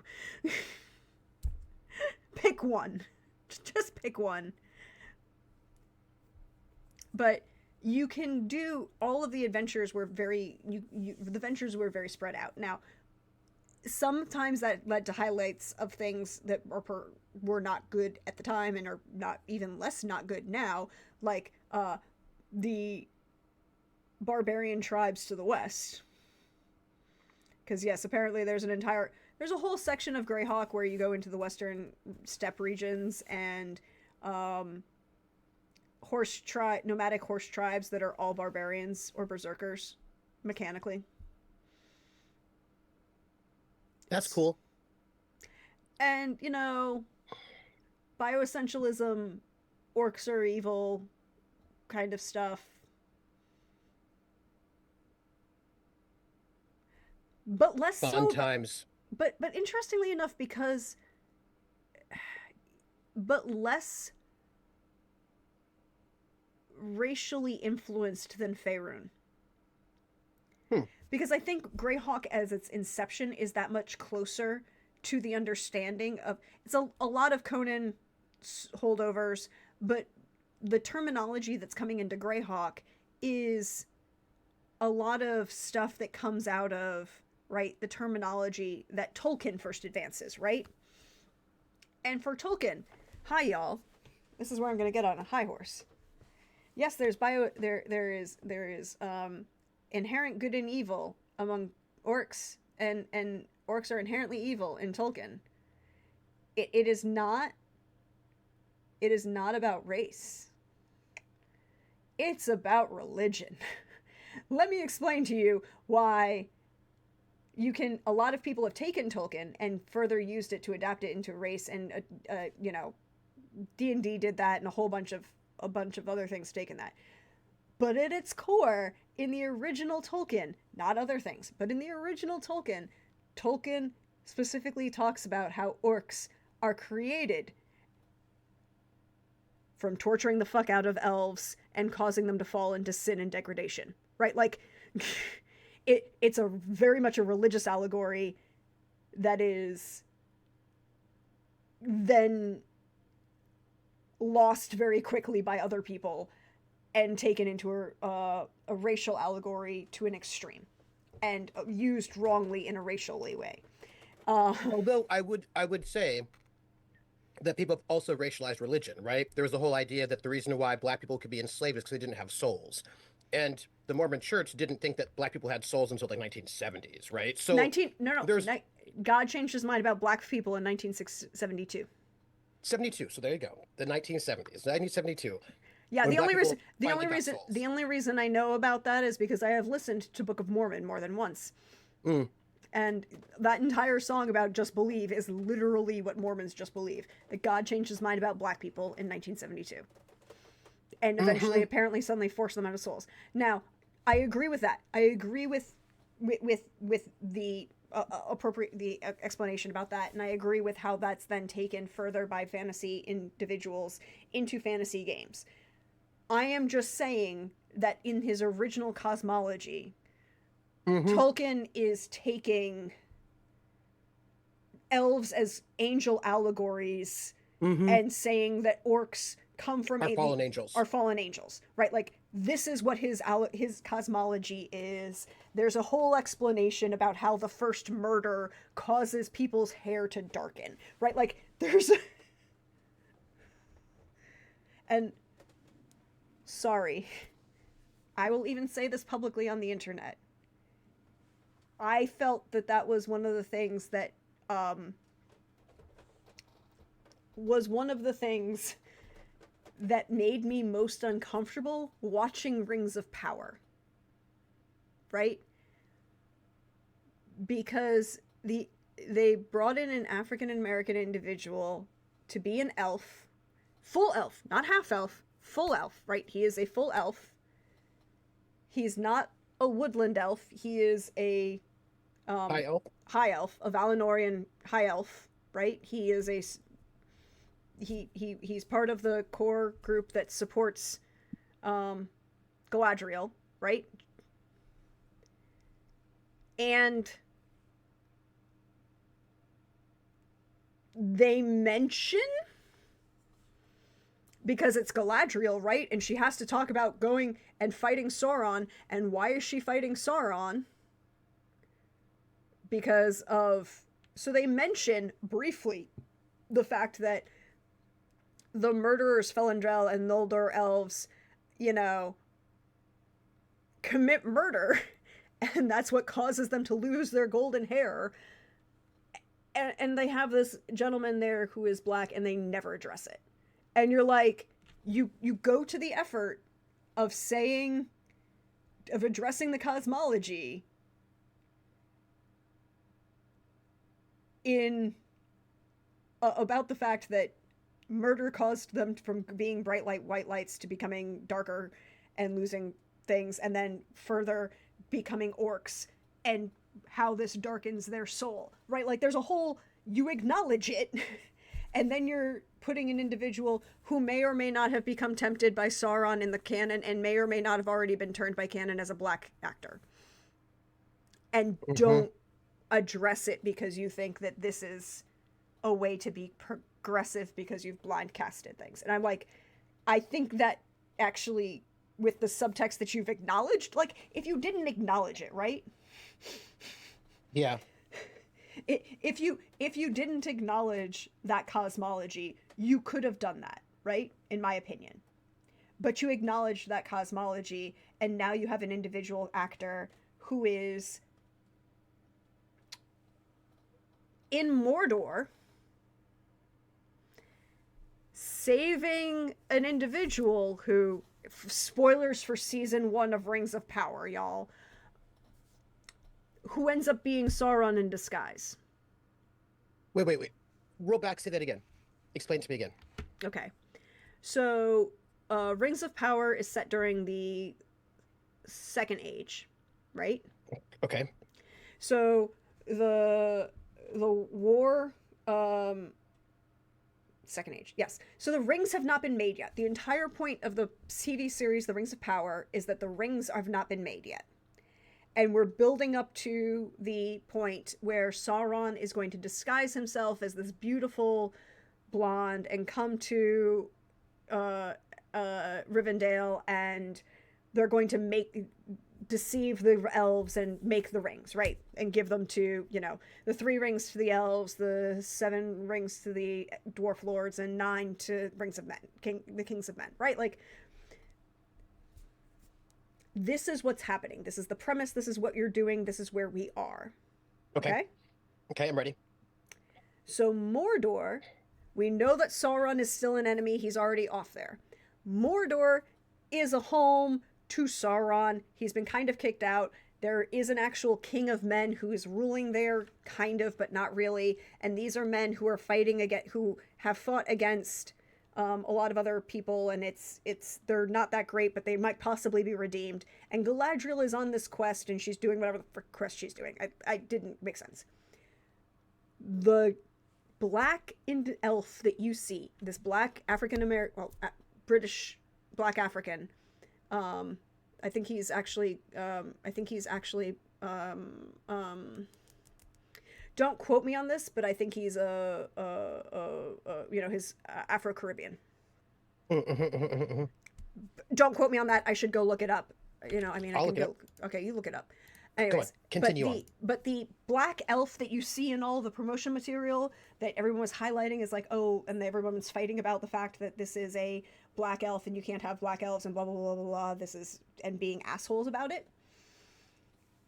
He is in Mordor. Oh, he is. Thank you, Okami. I was like... he's Puerto Rican. Okay, he's Puerto Rican. Okay, so Afro-Caribbean. I was correct. Just not British. Yes. Okay. So that's... He was born in Puerto... He was born in Puerto Rico. Okay, so he's an Afro-Puerto Rican, right? In the characters, we meet this character the first time. He's Galadriel's bodyguard. They get separated. He's on this other quest. He ends up helping the king in hiding in Mordor, who's fighting oppression by warlords in Mordor. Hi, yeah, the king in hiding that he's saving is Sauron. Oh. So he's then framed as like the person who helps the bad guys. He's framed as the person who helps the bad guys, and further framed because there's a line, not when he's on screen, right? Like this is a line that Galadriel has when she's in um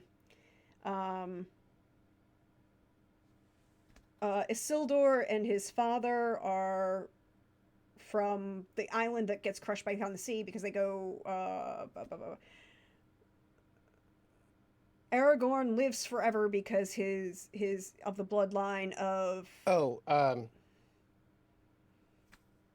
uh, right. Yeah, yeah, yeah. yeah, the words will come to us. The words will come to us. Special human. Yeah, yeah. Special human. He's a Dunedain ranger. The Dunedain Yes. are the last of the Numenor. Numenor. Thank you, Okami. Numenor, the place with the thing. Yeah, Zanzibar. That's us. It's what happens when you speak too many languages, and some of them are actually Tolkien.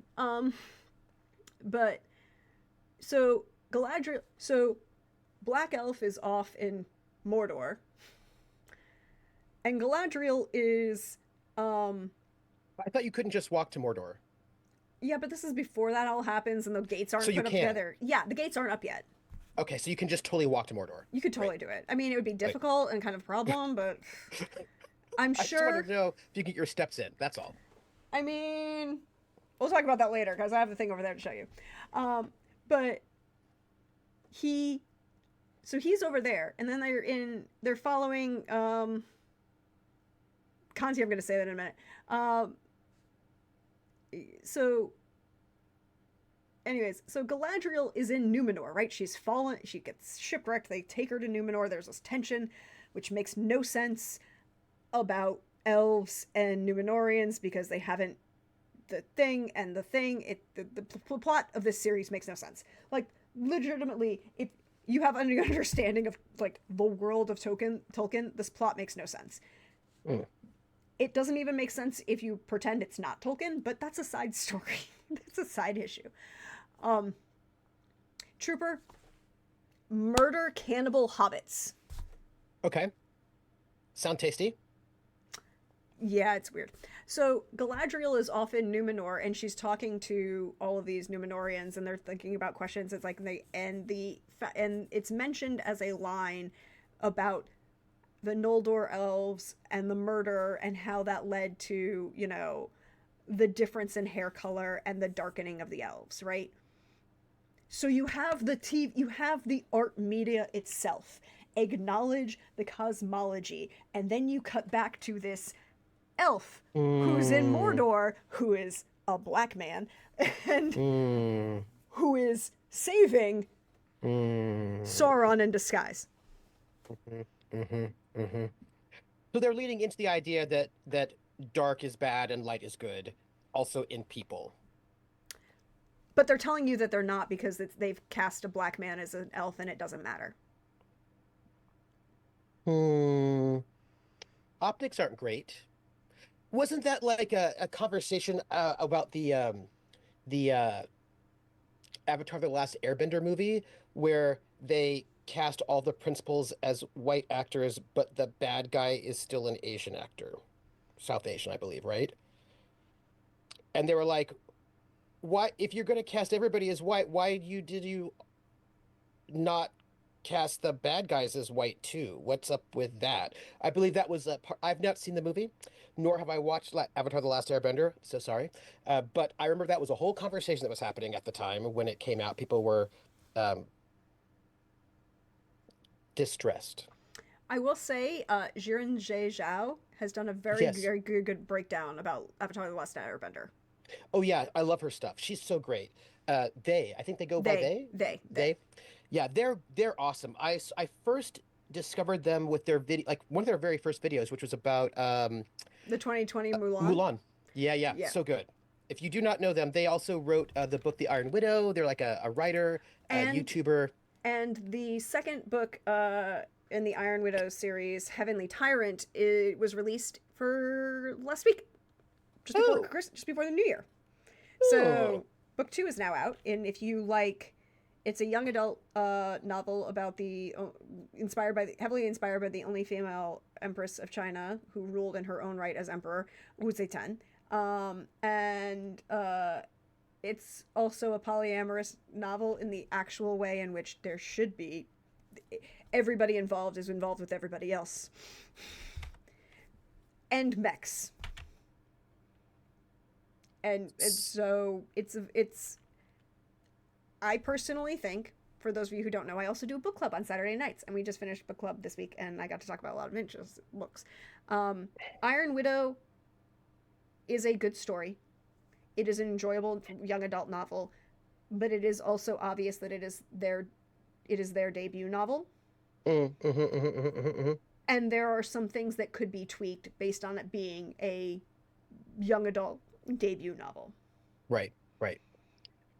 Uh, I have not read Heavenly Tyrant yet, so I don't know how that works. How how they have improved. I'm assuming they have because there have been a number of years and just general improvement, right? Like, right. Hmm. So I did want to share a thing that I got, what did you get? but I'm sharing it with you because of who you are. Okay, well, I'm okay. Okay, share. Okay, Let's share.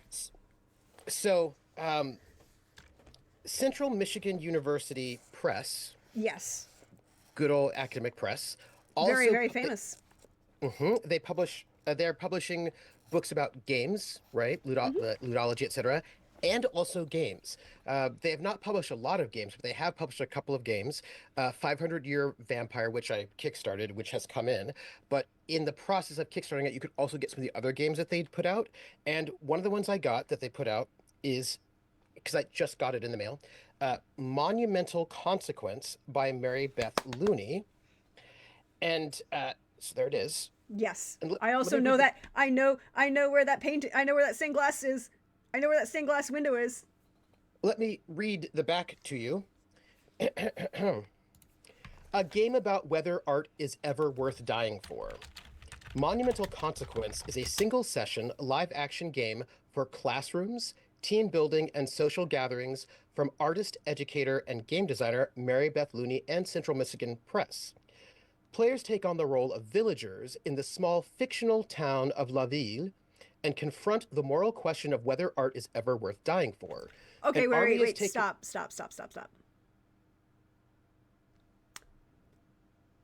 In the fictional town, the town. Go on. Yes. Um, Go on. An army has taken possession of the town's centuries-old church. You must now grapple with a dilemma. Do you risk the lives of your friends and family and attack the church to save the art, or do you simply bomb the church and lose all the art? Ages 14 and up, for 9 to 38 players, 30 to 60 minutes of playing time. Uh, there's like a game manual, 40 roll cards, 10 treasure cards, 8 location cards, and 2 d6 game dice. And so I So, thought I'd tell you about it. my next question is: do they have any interviews with the Monument Men, and how much did they interview the OSS in the aftermath of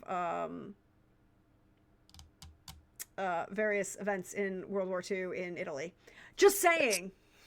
that's clearly what they're going for, right? And the dice look kind of like stained glass, which is kind of cool, That's kind of cool. right? Right? It's just a And little it's hard to read, mostly, but that's okay. yeah, and it's mostly card based, right? So it's like all Yeah. card based.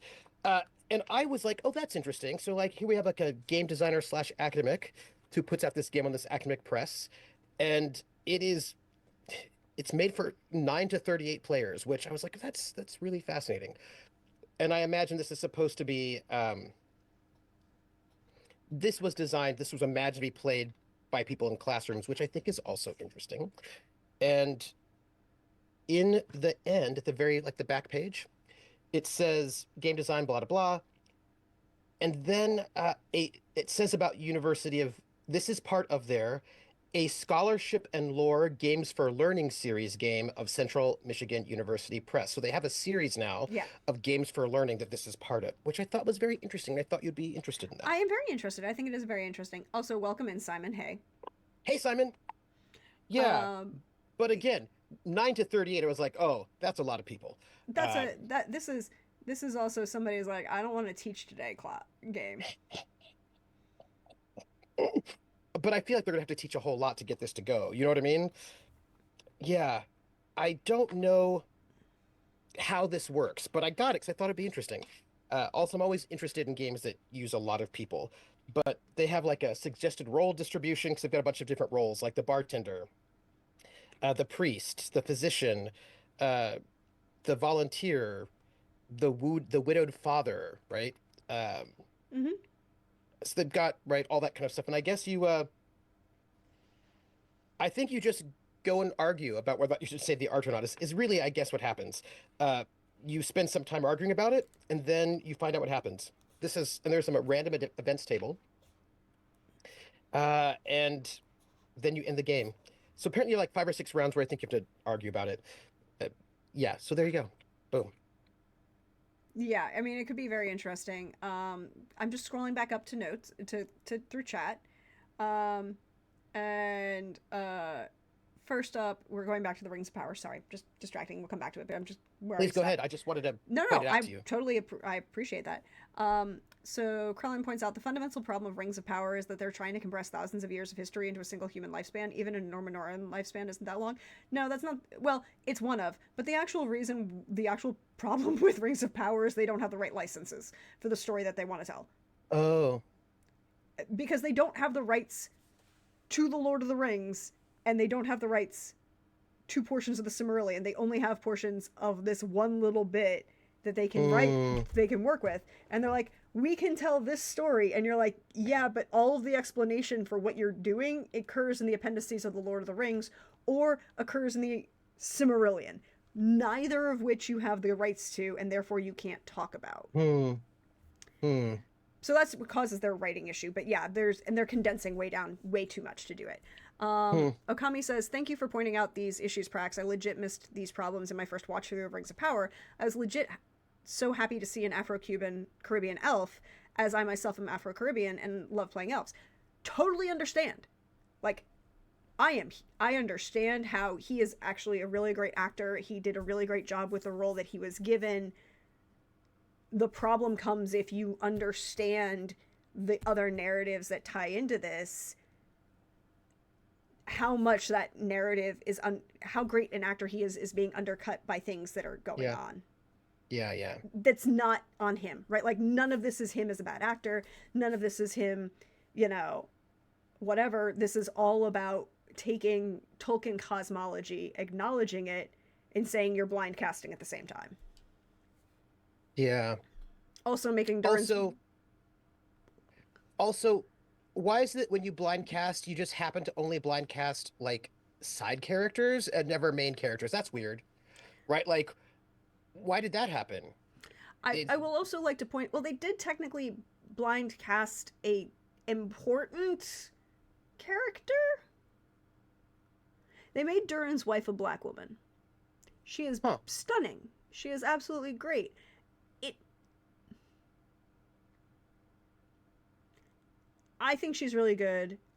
I think, again, the narrative undermines her in this Mm, situation mm, because there's a lot of contextual clues in the writing and the presentation of the elves or the dwarves that leans into the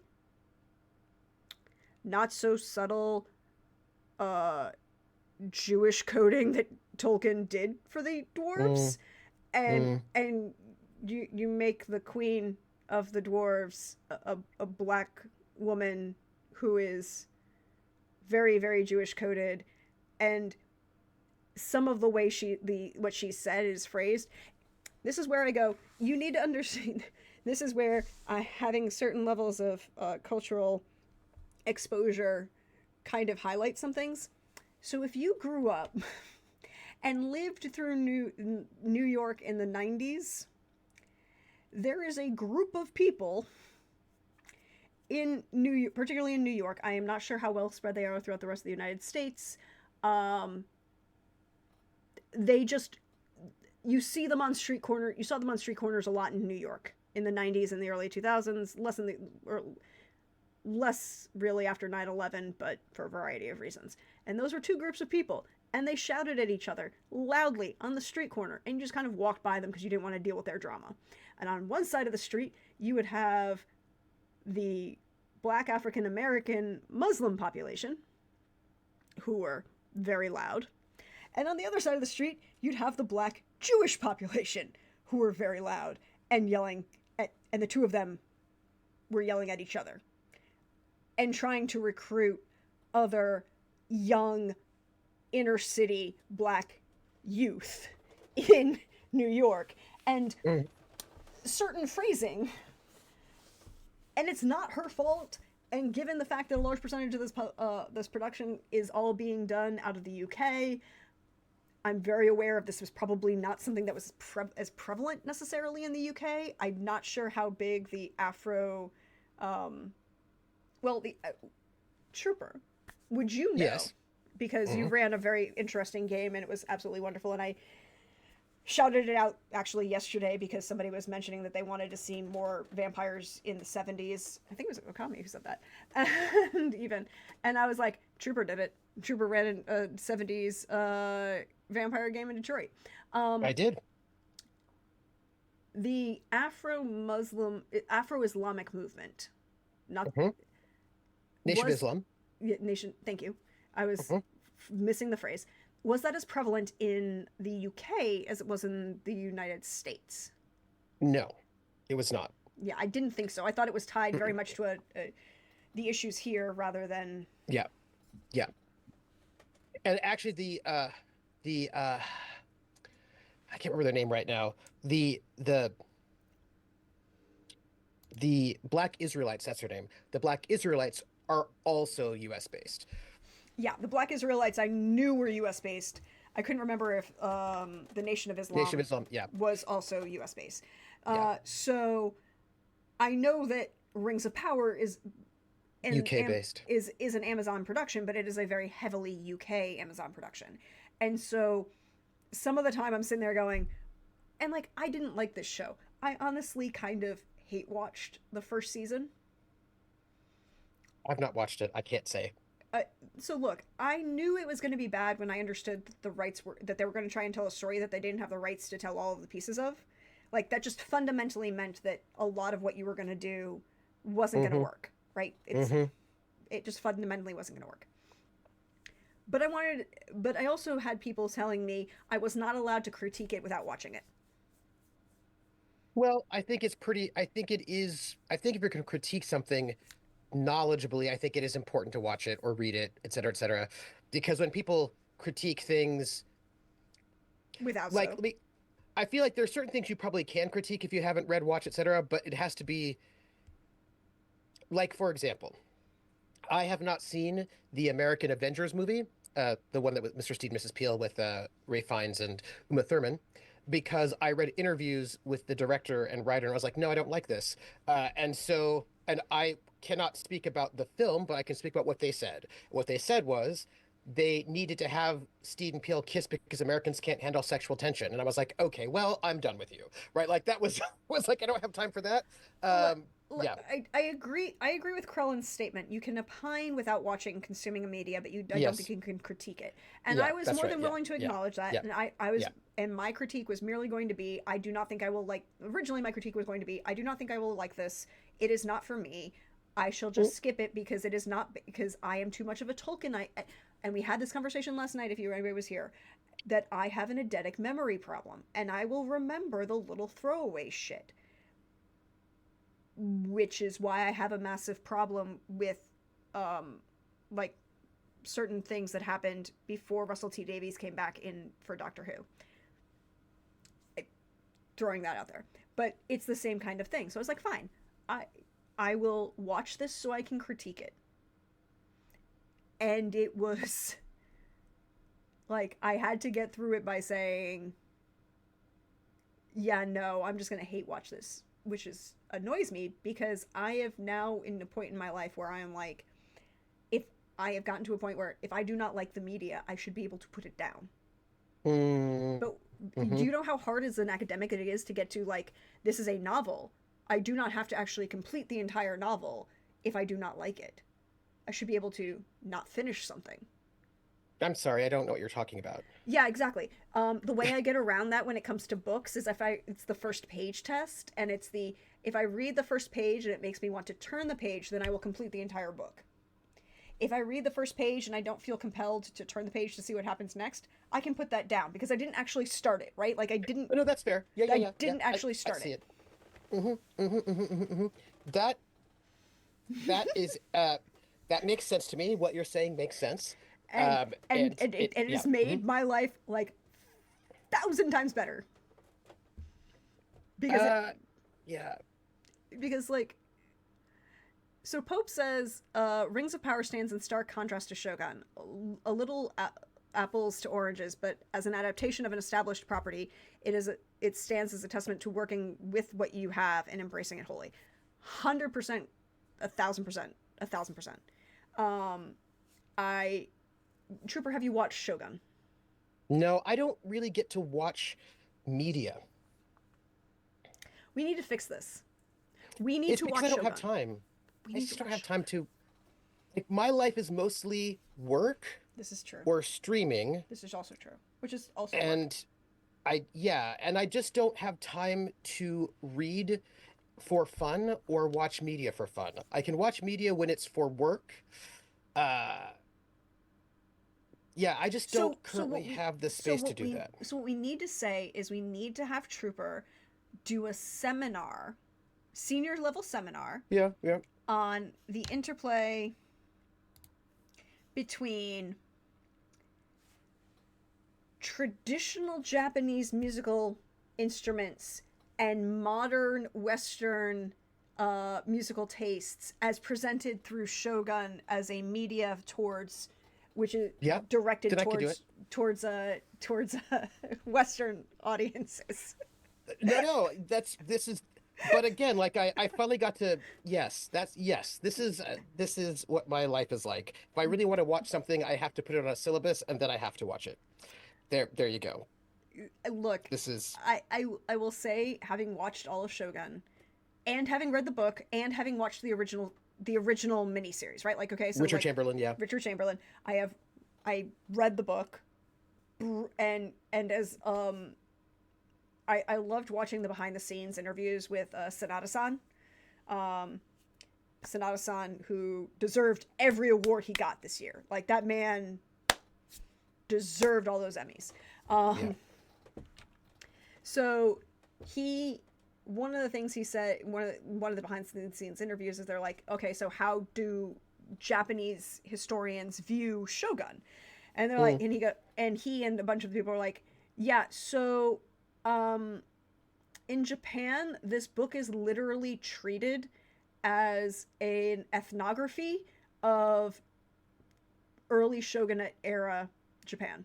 End of Warring States, early shogunate area. It's like the names in the history, a little fuzzy. Like who won what battle, kind of important and yes, a little bit accurate. But the descriptions of what people ate, how they walked, how they dressed, what they talked about, the way in which the culture is presented, this is considered a textbook. Having actually read that book, I can understand it. I can actually understand it. Then I have watched the Richard Chamberlain miniseries when it was on PBS. So Nice. I am a PBS child. Also, by the way, hi, not endorsed in any way, shape, or form, but I just would like to point out that you could go to online into pbs.org and sign in to Passport and make a donation for whatever amount you want, usually about $6 a month, and you can get Passport, which is the PBS streaming service, which includes everything on every PBS channel ever. Wow. Hey, did you hear that we might no longer have Sesame Street? Yes, because HBO is canceling it. Fuck them. Now, to be fair, I don't think you can call it HBO anymore because I think it's no longer HBO. I think it's Max or whatever. I don't know what they're doing. it's Zeta's Something. It's messed up in the head. But now personally, I was not a Sesame Street kid. I was a Mr. Rogers and Mr. Wizard and Fraggle Rock kid, not Sesame Street. For me, it's about age. Like when I was young, Mhm. right? Like so, like Mr. Rogers was too young for me. So Sesame Street, and then you graduated into Electric Company, right? So that was like, and then from there, when you graduate into Electric Company, you're probably also going to go into like 3-2-1 Contact. But like it's part of the whole tapestry Yeah, of the three, two, one contact. Electric hey, Company you guys. is hey you guys. Yeah, Electric Company again. There's that age gap between us. That means that Electric Company wasn't airing at the same time. yeah, So instead, I had Mr. Wizard, which I never and heard of. so Mr. Wizard. Okay, okay, y'all. Mr. Wizard is actually predates Mr. Rogers. Oh, Um, yeah, Hawkeye and was also Electric Company and Zoom. We also had a vegetable soup takes all kinds of guys. vegetables. And then Via Alegre was like the Spanish language one that would come on after, I think, Electric Company or 321 Contact. Via So Alegre, la la la la la so la. technically, Mr. Wizard originated in Oh, 1951. nice. Because my mother watched it, and then there was Mr. Wizard in 1951 to 1972, and then in Mm. 1983 he came back for Mr. Wizard's Mm. World. And for those who are younger, those millennials and younger who had Bill Nye the Science Guy, I had Mr. Wizard and Mr. Wizard's World, and he did science experiments using found items around the home to do science experiments in your home. Oh, cool. That's cool. So you did. So it's like he wants to showcase air pressure and how, changes in air pressure can change the way in which an item has. So he goes and grabs like a plastic grocery bag for and ties and puts it over like a boiling pot of water and does this whole thing. And you're like, this is going to introduce you to science and get kids into science. And more importantly, as great as Bill Nye was in explaining scientific concepts, Mr. Wizard had the better, in my opinion. Um, Hawkeye says Bill Nye couldn't like Mr. Wizard's Bunsen burner. Oh my goodness. Them's fighting words, but I'm not in that fight, so I'm gonna just be over here, not Yeah. getting into the fight. So Mr. Wizard had had was much more geared towards both inner city youth and low income youth to show that you didn't need a fancy lab or fancy Yeah. equipment to do science. You could do science with the found objects in your home. Mm-hmm. Which, funnily enough, somebody actually did. I have to go find it. I have this statistic from when I was a physics major, and I actually was I was a physics major, and I did a course because it was required as being a major. You had to do the history of science, right? Like you had to do a history course that was, and they're like, well, you can't just do a history course. I'm like, why? I like history. No, you have to do the history of science. I'm like, fine. Okay. Somebody did a study because there was an argument that Mr. Wizard encouraged um, unsafe practices in science. Um,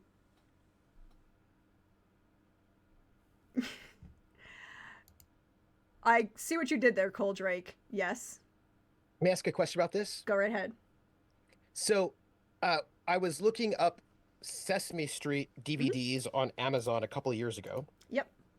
I don't know what the situation is now, but they put parental warnings saying that this show may not be suitable for children for like almost all the Sesame Streets from my era. And I found that somewhat distressing, but also that's just life, apparently. So when you say that it's not safe, the science is not safe, do we mean that in my generation, it was totally fine to do things like this, and now people don't think so? Or do we mean that in a way it never was ever safe? Do you know what I'm saying? Do you know what I'm saying? What I'm asking here? No, I'm saying that some of it was maybe a little bit safe but unsafe. So like one of the experiments he does, which is important and like was actually kind of made a lot of sense, and if you are of our generation and age group, yes, we were talking about Mr. Wizard, Dan. Welcome in. See, Dan Hey, is also a New Yorker, so Dan had East Coast oh, PBS, and East Coast PBS okay. had Mr. Wizard.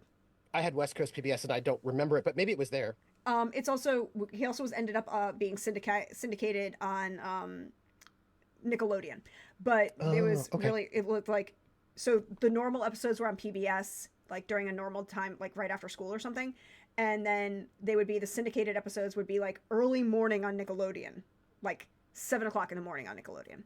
Um, but one of the episodes that he did that was really kind of important was about a gas can, right? Like an actual gas can, or in this case, it was a metal canister, which was either a gas can or a kerosene can, right?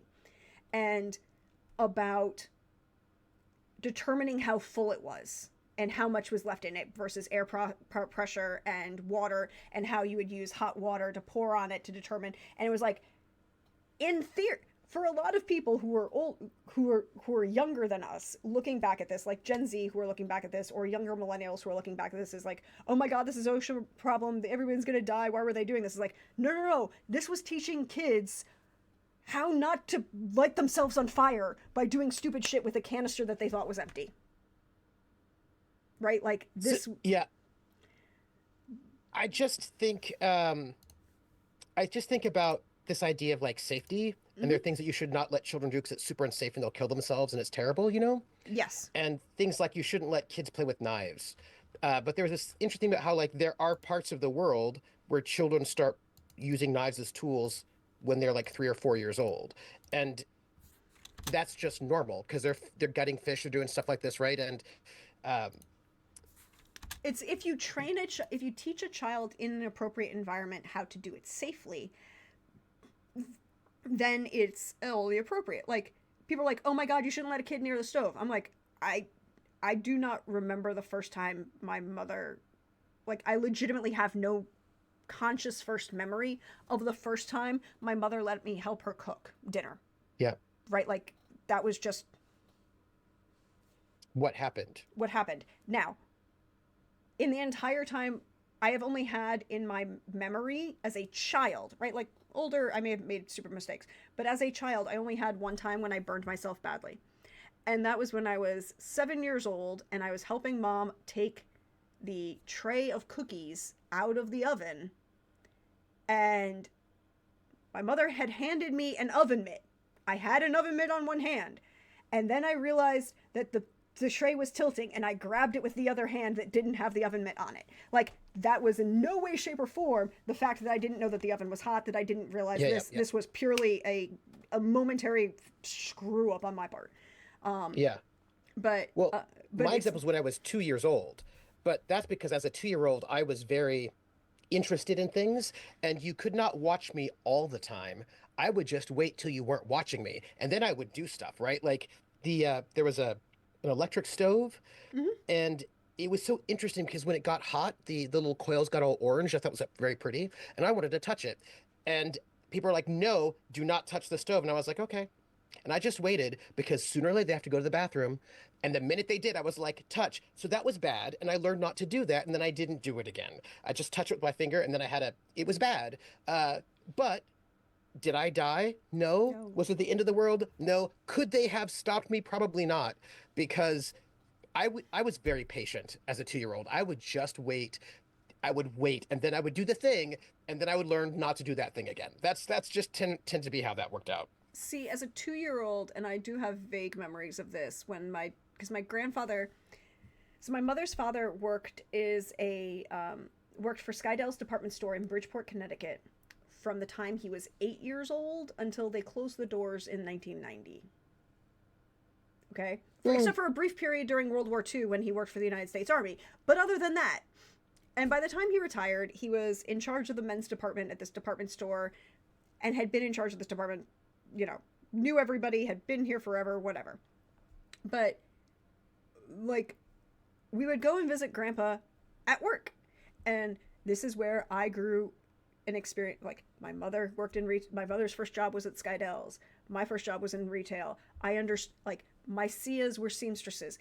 If you want me to tell you about how you look in a suit or how you look in a dress, I will have that conversation with you. But you better be prepared for me to give you honest answers and explain to you why, no, nobody needs a London cut fucking jacket on, because it doesn't fit anyone, and I don't care what you think it looks like. You need a damn vent in the back of that jacket. Otherwise, you just look like you're gonna rip it apart like the Hulk. That's Sorry. not the London, that's the Italian. The London has the No, no, double no. vents. The Italian has zero, and the American has one. No, the Italians have the double vent. Look up No, Zanga. that's British. Sorry, the British have the double vent, but the double vent is in the wrong place that causes the problem. The Italians are cut differently in the shoulders, so that you don't have this problem of you look like the Hulk without a vent. The entire back of the jacket is entirely different. You are correct, I misspoke. But the double vent in the back of an English jacket, and the number of people who don't cut the damn vent on their suit jackets anymore. Y'all, that's just there to hold it in place while you buy it, and then you get home and you cut that shit. Anyways, but I will sit here and have this conversation with you. But one of my earliest memories is being 2 and going to visit grandpa at work. And remember how in the 80s you had those big circular metal racks? An important point, Yes. that unlike in the 90s didn't have the crossbar support in the bottom.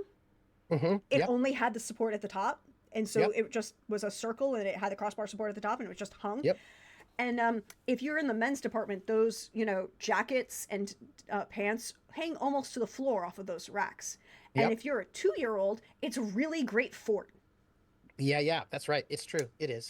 And I may have scared the crap out of some lady because I had gone in there and gone to sleep and nobody cared because I was Giuseppe's granddaughter and I wasn't Yep. causing any problems. I was asleep. And this Yep. lady apparently, like, I guess she was looking at the clothes or trying to pick something out for her husband or whatever, and looks in and screams bloody murder that I have died. And at which point I wake up and start screaming because some strange lady is screaming at me. And not screaming at me in Italian, right? Like, that's a very important Yeah. distinction here. Yep. Yep. Yep. Yep. Yep. Yep. Yep. Yep. Because Oh, if this was some random Italian lady yelling at me, then it would just be an Italian lady yelling at me, and I know she's not actually upset with me probably 99% of the time. right. Just Right. Right. it's just the volume increase. But no, this is some lady who's freaking out that I may have died. Okay. Um, when I was in, speaking of science, right? Yeah. When I was in, so I gave a little white lie when I was a kid Yeah, fair. because I wanted to do what I wanted to do. So when I was in elementary school, I got tested for GATE classes, right? Gifted and talented, blah, blah, blah, blah. Oh, okay. And uh, the teacher in the elementary school where I got tested and I was found to be a gifted and talented child was kind of a jerk. And she said, "Oh, we don't have GATE classes here. The only school that has GATE, the only elementary school that has GATE classes is like Raphael Will, all on the other side of San Francisco." So my mom was like, "Okay." So I commuted to this school all the way across town for fourth grade. And what they did, what the GATE class was, that was not the best school, by the way, but what the GATE class was is they had the fourth and the fifth graders in the same class. So we had these books, these books that we had to read, which I found very, very boring because they were not real books. They were reading books, and they were given levels. And they had different names, right? Yeah, And I we found had them. them for SSR. I hated those. Yeah, I hated them too. I thought they were the worst.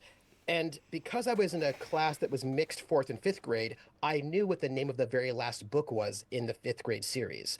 So at the end of when for fifth grade, I went back to the school that was like within walking distance from my home rather than taking the bus.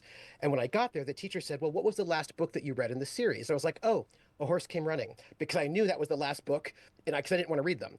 And the teacher was like, "Oh, okay, well, then we'll just have you read real books." And I was like, "Great." So then that's what I want to do. I didn't want to read these fake books. I want to read real books. So I was reading F. Scott Fitzgerald's The Great Brain series. That's what they had me read for a bit. And I remember reading that, and he was talking about his science kit. Like he had his science kit, and I was like, I want a science kit like that. And of course, the book is like from the 30s, I guess. And I just don't think you can buy science kits like that anymore. But I really wanted one as a kid because I thought the idea of being able to do weird chemical reactions sounded pretty awesome. That's all.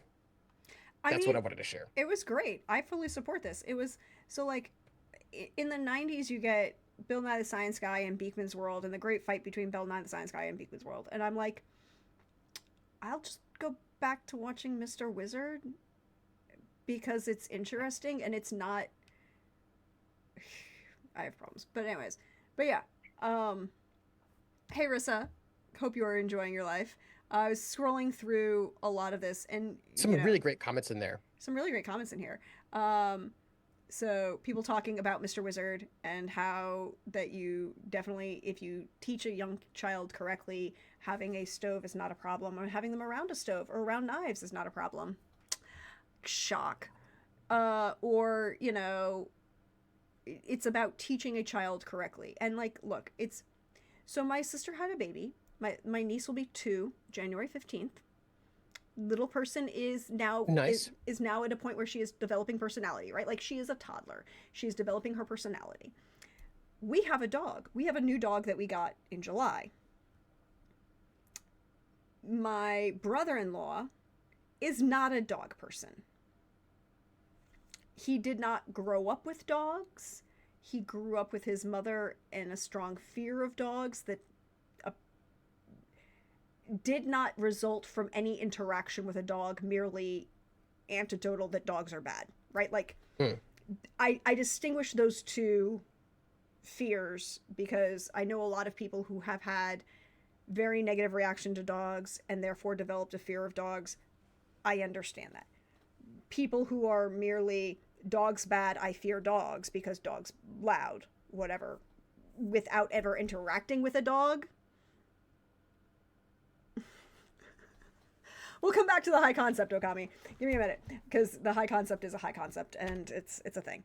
So, um, sh- and so my niece is now approaching 2.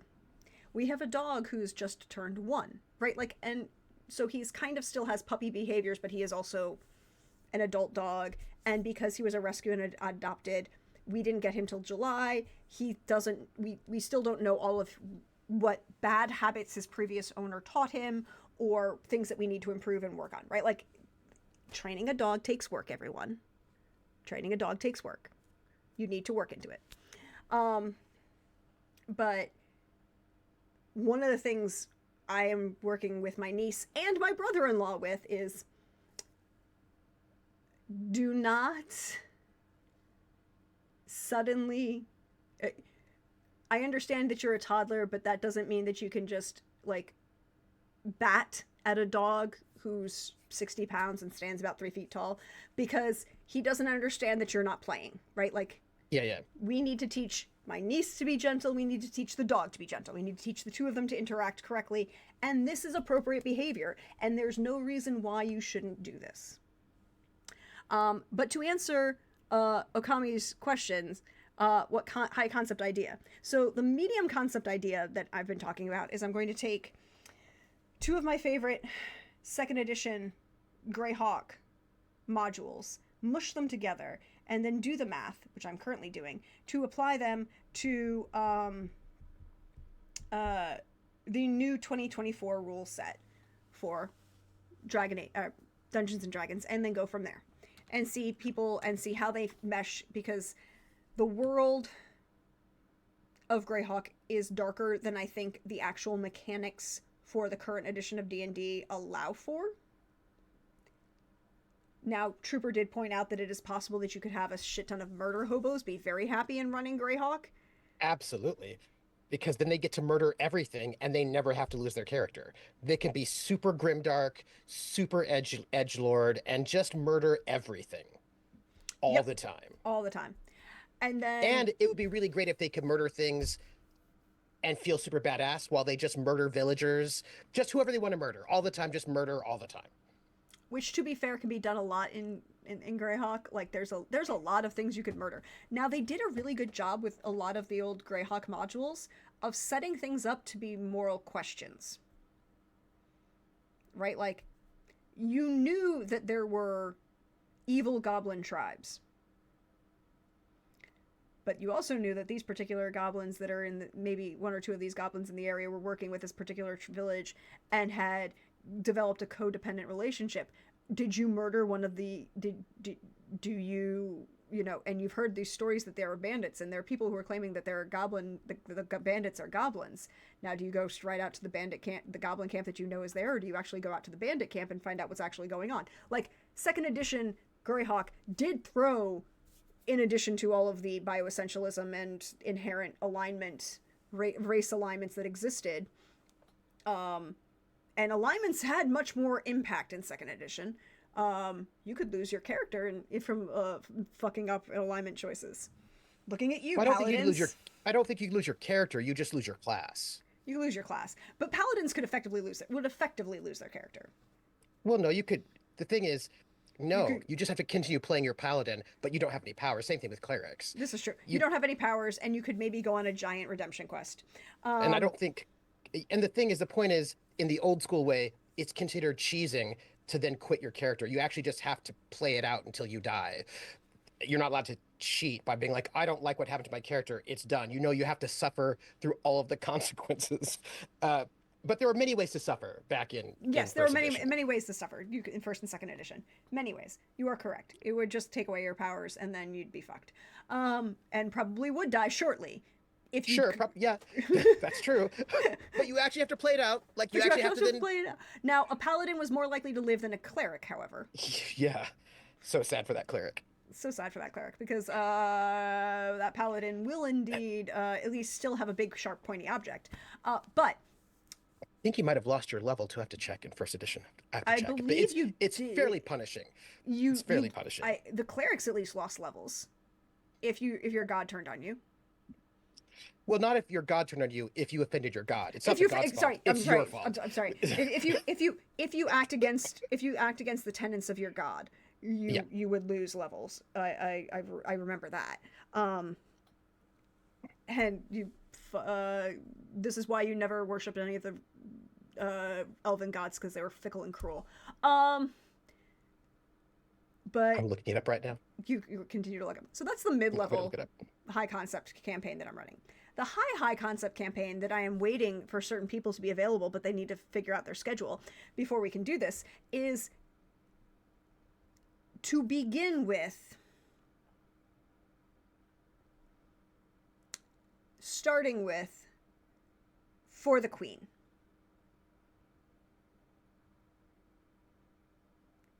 Then transition to the house building development of Sword Chronicle, the Song of Ice and Fire. Then shift to The King is Dead, where the king is actually the queen from For the Queen, and you've built out their houses for the characters, and then you go for The King is Dead, and you set that up. And now, at the end of The King is Dead, you have set the world state for all of the players to come into a Sword Chronicle campaign where you're looking for the new world environmental leader. But all of that involves players fully invested in developing the world, fully invested in how the world is going to run, and willing to do a lot before we even get to like all of this. I found it, by the way. Yep. Dungeon Master's Guide, first Yes. edition, AD&D. I believe it. Changing alignment. There we go. Whether or not the character actively professes some deity, he or she will have an alignment and serve one or more deities of this general alignment indirectly and unbeknownst to the character. So even if you do not profess a god, you still have one. Changing alignment is a serious matter, although some players would have their characters change alignment as often as they change their socks. Not so, says the game with an exclamation point. First, change of alignment for clerics can be very serious, as it might cause a change of deity. If a druid changes his or her alignment, that is, becomes other than neutral, then he or she is no longer a druid at all. Change of alignment will have an adverse effect on any class of character if he or she is above the second level. Immediately upon alignment change actually occurring, the character concerned will lose one level of experience, dropping experience points to take him or her to the very beginning of the next level lower, losing the hit die and or hit points, and all abilities which accrued to him or her with that lost level. If the alignment change is involuntary, such as that caused by a powerful magic, a curse, etc., then the character can regain all of the losses upon returning to his or her former alignment as soon as is possible, and after making atonement through a cleric of the same alignment.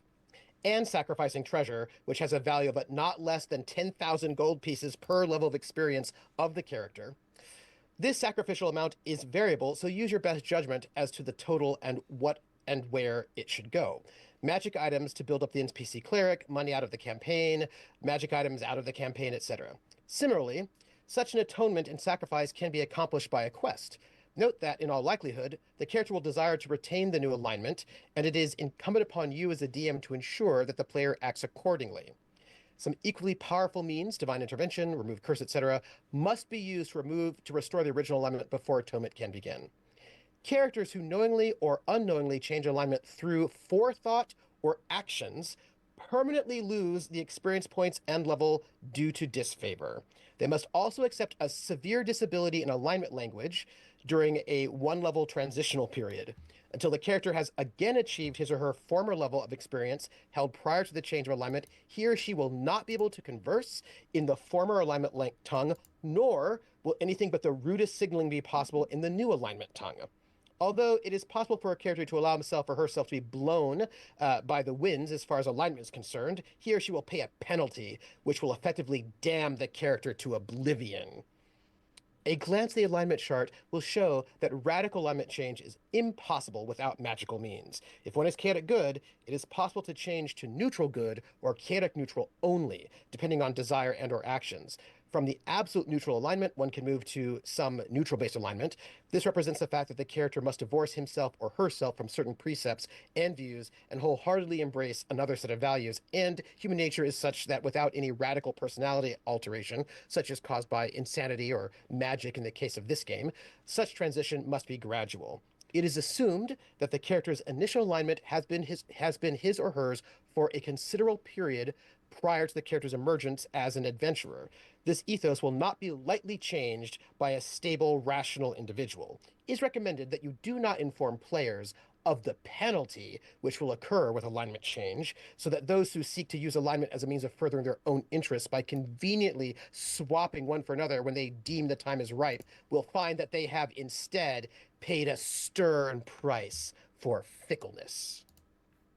They are fickle indeed. There you go. Uh, that is what they have to tell you about changing alignment. I mean, it is important to recognize that these are importantly things that can do a lot of damage to you. Um, However, I just looked at the clock, Oh, and I don't want to stop. We're not stopping. It's us. We aren't stopping anytime soon. However, I am out of beverage, oh, all right. and I do need to use the restroom. So I think this is the time for us to take a break. All right, we'll take a break, and I'm going to catch up on chat. You catch up on chat. We'll take a break. And I'll have to also go to the restroom. Yeah, so we're gonna take a break. All right. All right, all right. We're gonna be back in like 6 Stretch your minutes, legs, y'all. drink water. Stretch, drink water, refresh yourself. I mean, like I'm out of both beverages. That's why I think we need to get something more. All right, we'll be back in a minute, everybody. Bye. And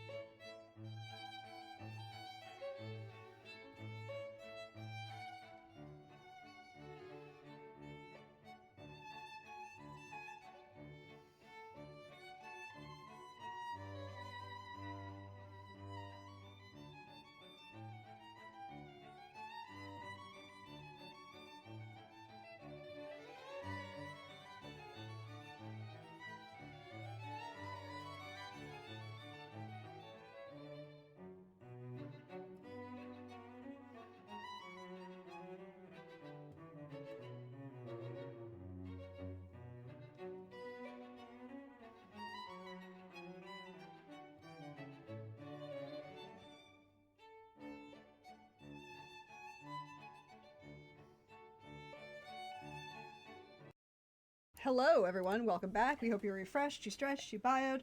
I have another beverage. We are healthy. Me too. Mm. I was gonna bring pull something out and I forgot. That's fine. I can do it in a moment.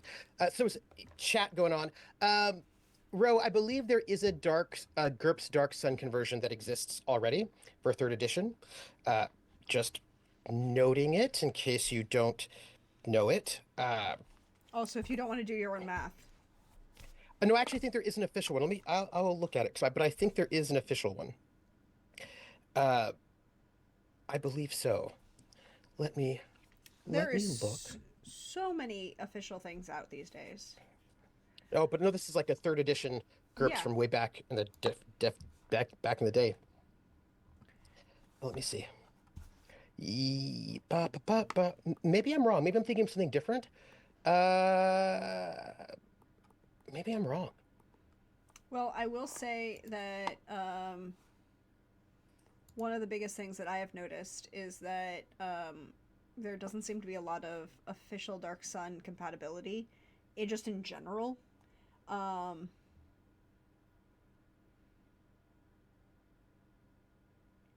it's one of those things that it's one of those weird games where there isn't a lot of official, like, I understand why 5th edition didn't previously have Greyhawk. It's like they wanted to focus on Faerun, they wanted to spend their money on it, that's what they want to do, blah blah blah, that makes sense. But Dark Suns is always been like the anti-redheaded stepchild of official D&D lore, right? Like there's the difficulty of justifying Spelljammer to modern audiences, but at the same time, people love pirates, so space pirates, there you go. There's Ravenloft and all of the Dread domains, and that's a thing that exists, right? And people love a vampire, so that's easy. Post apocalyptic alien dinosaurs in an irradiated world where you're more likely to cause a nuclear disaster with magic than anything else is a hard sell to a lot of modern audiences, sadly. Oh, crap. I meant to get something when I stood up. Vamp for 30 seconds. Sure. I was wrong. It wasn't Dark Sun. It was New Sun. There's a third edition supplement book called GURPS New Sun. Sorry about that, but it is kind of like a dark fantasy world. Um, it's like a GURPS New Sun combines history with a fantastic future. Based on the award-winning science fiction of Gene Wolfe, New Sun melds fantasy and technology into a unique fusion of swords and lasers, treacherous beauties and starfaring rogues, monsters from history and monsters from outer space, professional torturers and nobles who duel with poisonous plants. Join the young torturer, Severian, naive servant of the Byzantine and shadowy autarch, as he winds through the crumbling metropolis of Nessus and slowly learns the truth behind his world. Or create your own stunning campaign based on the indelible imagery of the Book of the New Sun. So that's what I was thinking of. So sorry. That said, um, I have a lot of both 3E and 4E. And what's really nice about GURPS is that 3E and 4E are cross compatible. There's the one little update PDF that you can get, and if you have it, you can just it's fairly easy to update it. Like the difference between third and fourth is not super huge. Uh, they're they're they're not only are they compatible with each other, they also just tell you how to do it. So that's a thing. Indeed, it does exist. I come back. Volpes, the answer on why Eberron made it into 5e so quickly is because certain very famous influencers who are really popular with the management at Wizards of the Coast really liked Eberron and said that they were going to do a campaign, a live stream campaign set in Eberron, and they wanted D&D's support, and that's how that happened. A particular individual who is not well liked in certain streaming platform spaces. But I was also thinking personally that I just don't see them doing Dark Sun, considering it has slavery in it. and like it does not feel as if in the moment that's the vibe, you know. I don't have a I problem with mean, it myself, but the current vibe is they're like, they also especially haven't. after. But here's the thing: they haven't officially gotten rid of slavery in Mesoamerican either. mm, mm, They just don't talk about it, and they say that not all drow are slavers, and there are people who are not, and they're good people, and all of this, and you're like, it's over here. You just aren't acknowledging it, and I think somehow that's almost worse. Um, Now, yeah.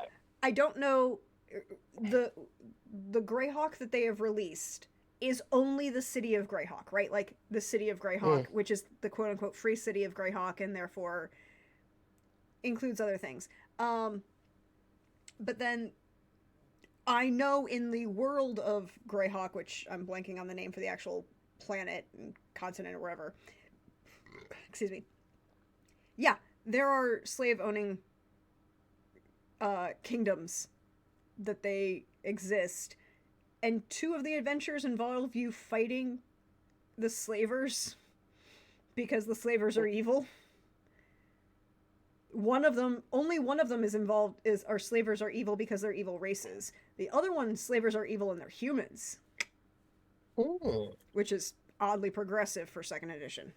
But, you know. Hmm. Hmm. I went through and reread how alignment was described in each of the editions, and I always find it amusing when people argue about how alignment works because D&D is not consistent about what alignment means at all, right? And so it's funny when people are like, oh, well, alignment means this, and it's like, well, which edition? Like in some editions it means this, but in another edition it means this other thing. Like they're described very differently over time. So, in my experience, and this is just my takeaway, although the verbiage changes, the and how it's expressed, and therefore, you know, we understand that we are both language individuals and that language is important and how things are expressed actually does matter. But at the core, alignment is less about your personal values and the actions that you take in public that show who you are in align with, right? Like it's in It the depends on the word. edition. It depends on It the depends on the edition, but edition. even like we were talking about second edition where or first edition where you could lose and be suddenly, you know, if you had this alignment, even if you didn't worship a particular god, right? Like you were acting in alignment with their values, so that's who gave you your power. And when you acted against those values, you no longer had those power, and now you're acting in alignment with someone else. Like But but there are races that are intrinsically aligned, aligned, yes. which so it's not then just about your actions, it's also about for but not for all. Like humans don't have an intrinsic alignment, but some other ones do. So those people can never be anything other than that thing, right? So, and then also um you have to find out, and I did this at one point in time because I was just curious, Yes. which editions have what and how they word it specifically the no alignment spell, right? When you have a no alignment spell, and that It alignment will hasn't. say what somebody's alignment is, not what their intentions are, but Yeah. what their The alignment alignment is, is yes. that changes things, right? Because I think that fourth edition did away with that, and they really try to downplay these things in various ways. But there are moments where you can, where the no alignment spell will let somebody know will only work on fiends and outsiders, right? Or say if somebody has bad intent towards you. But in earlier editions, it was who they were. So you could just detect evil and find out that the baker's evil and then you can arrest them like how alignment is treated, what it is and what it means is quite radically different based on early based on addition. And then also you can really see it with chaotic neutral, right? There are editions where where they describe a chaotic neutral person, like a chaotic neutral person will just put a fish on their head, right? But other times they're like, well, a chaotic neutral person is the person who just generally speaking, is pretty normal, but they tend to chafe against authority. Like those are radically different ways of describing what chaotic neutral is, Uh, No, and they and just I are do not agree. consistent. That's all. I do agree. I do agree. Um, I Ro says alignment is pretty much a hindrance to roleplay in his opinion. I understand people's opinions saying that. I personally think that alignment can be not so much a hindrance as a tool in a roleplay tool belt, but also a. So I personally do not like fifth edition's current all classes can do all things, right? Like you don't need specialization, it's whatever, whatever. And I'm like, no, I want limits, right? Like I want inherent limits to engage with. I want to engage with the mechanics of the game. I want to engage with the mechanics of the game in a way that creates a role playing experience rather than just theater, improv theater.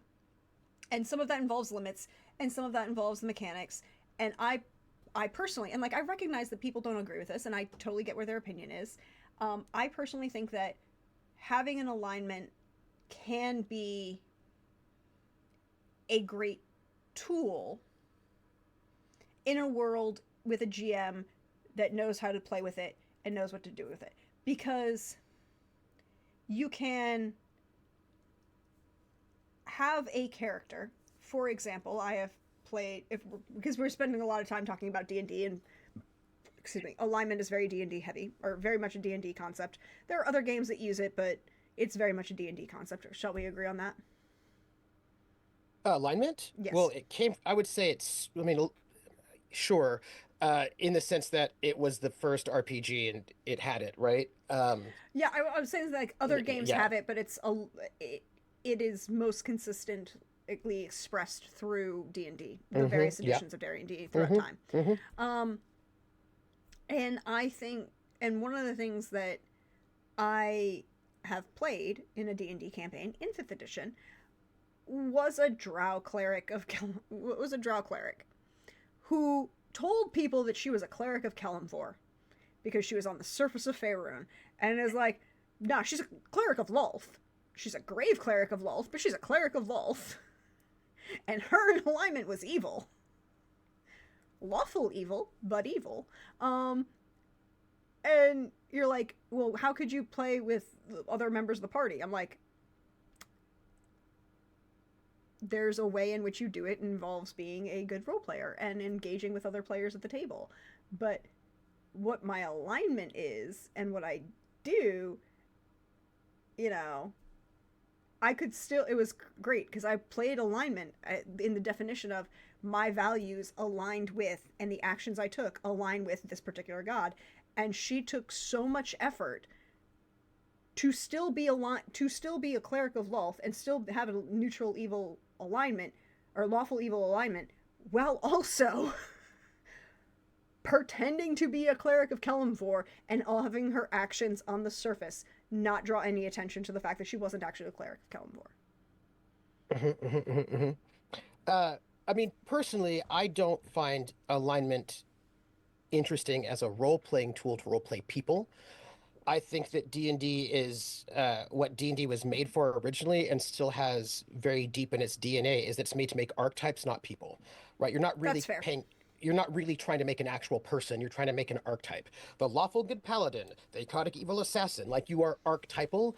And if you want to go with kind of archetype, then boom, I think that alignment does that particularly well. Like it's white hats and black hats, it's Flash Gordon, it's a very sort of like archetypal thing where you're not really going for a character with deep inner psychology. You're going for an archetype. And I think that D&D does that particularly well. That's why it has classes, right? I think all the things it does is made to create an archetype. If you want a different kind of RP experience, you have to do other things, and sometimes it will be a problem. Sometimes you just have to ignore stuff or you do whatever it is. And I think that, so like when I was playing a, a neutral evil uh, halfling rogue thief, um, my concept was I hate alignment, so let me see what I can do with it. Well, this is a word where alignment is this is 335 is an objective truth that you can detect and know what somebody's alignment is. So what does this mean, right? And we were like a level 20 campaign where the GM was like, make whatever you want. I was like, really? No constraints, no guidelines, no whatever you want. I was like, okay. And so we had like, of course, the lawful good paladin. I was playing a neutral evil thief. And I was like, okay, we'll see how this goes. And my thought was, okay, so this is a person who is, according to the rules of this game, objectively evil, which according to 3.5 means that they're selfish. Okay, that's fine. Um, all right, so this is a person who does not believe themselves to be evil, obviously. They're the head of a mafia, basically. Um, And they always wear a ring of mind shielding, so no one can actually detect their alignment, including themselves, right? So they can believe a thing about themselves, which is not true objectively in the world.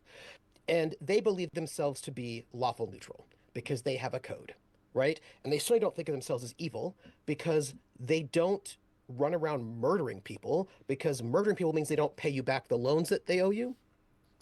So, right? And he's like, well, my character like is was married, had kids, had a whole family, was very loyal to his family, was loyal to the people in his organization. He wouldn't go and kill like non-related people. He wasn't a slaver. Sure. Would he break your kneecaps if you didn't pay back? Yeah, absolutely. Would he burn down your shop? Absolutely. Did he sell drugs? Absolutely. But people were buying them, so he was clearly and like, I would like to point out mm, this is the second time you've mentioned playing a character involved in the drug trade, at least to me. who was the first one? Math, or not Math, Yanto. Yes, that's correct. Uh-huh. Yanto was very much involved in the drug He was. trade. Hmm. He was a gang because here's the thing. That's what most gangs do. They This sell is true. drugs, right? This is true. That's how a lot of our gangs they do the things that are illicit, right?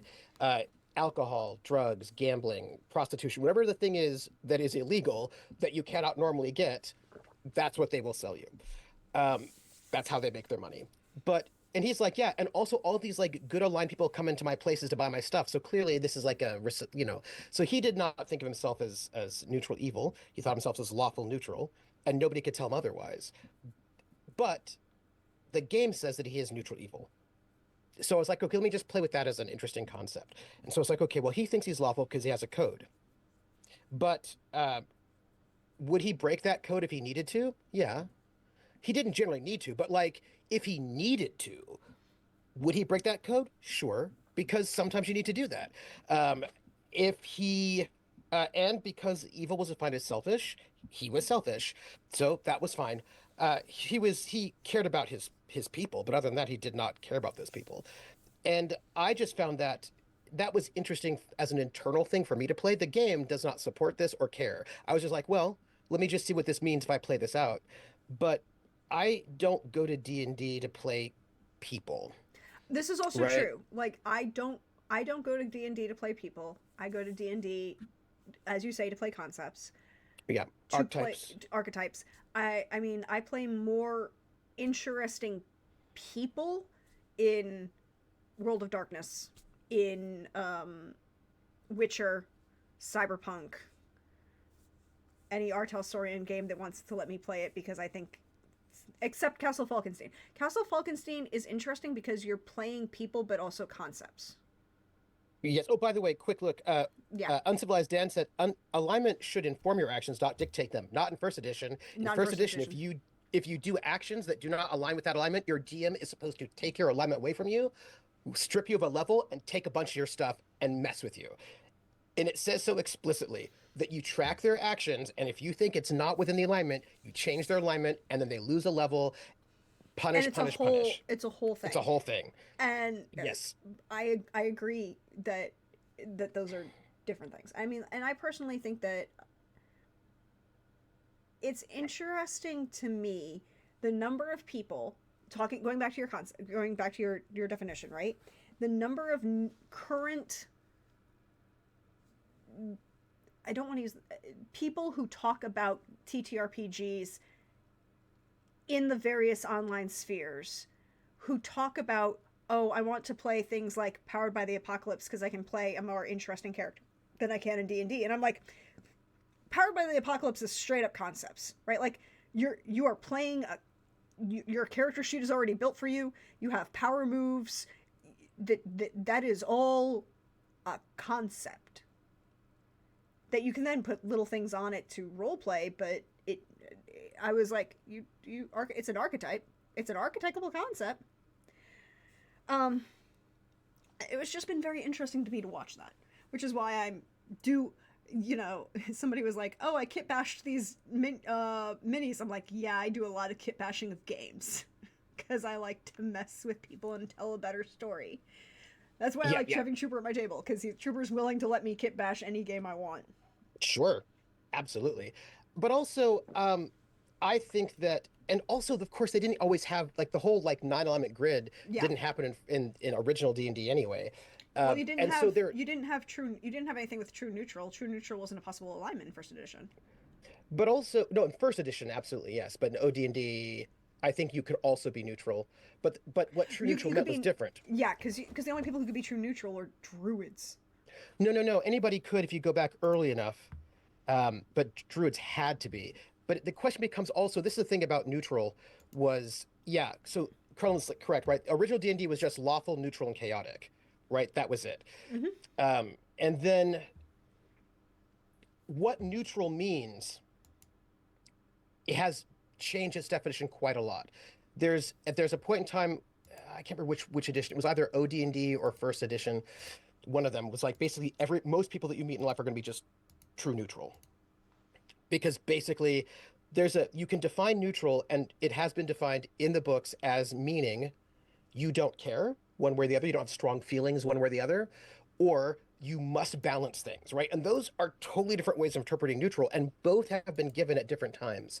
And so they're just not consistent about what alignment is, and then people want to argue about it, which I just find amusing. Yeah, That's all. I don't want to argue with people, and I also look at those people who put the 9 box grid on like whatever character or whatever, and I'm like, please don't, please don't take these and apply it to various fill in the blank Star Trek, Star Wars, Lord of the Rings. I saw one for Lord of the Rings that tried to put Morgoth as lawful evil, and I'm like, no,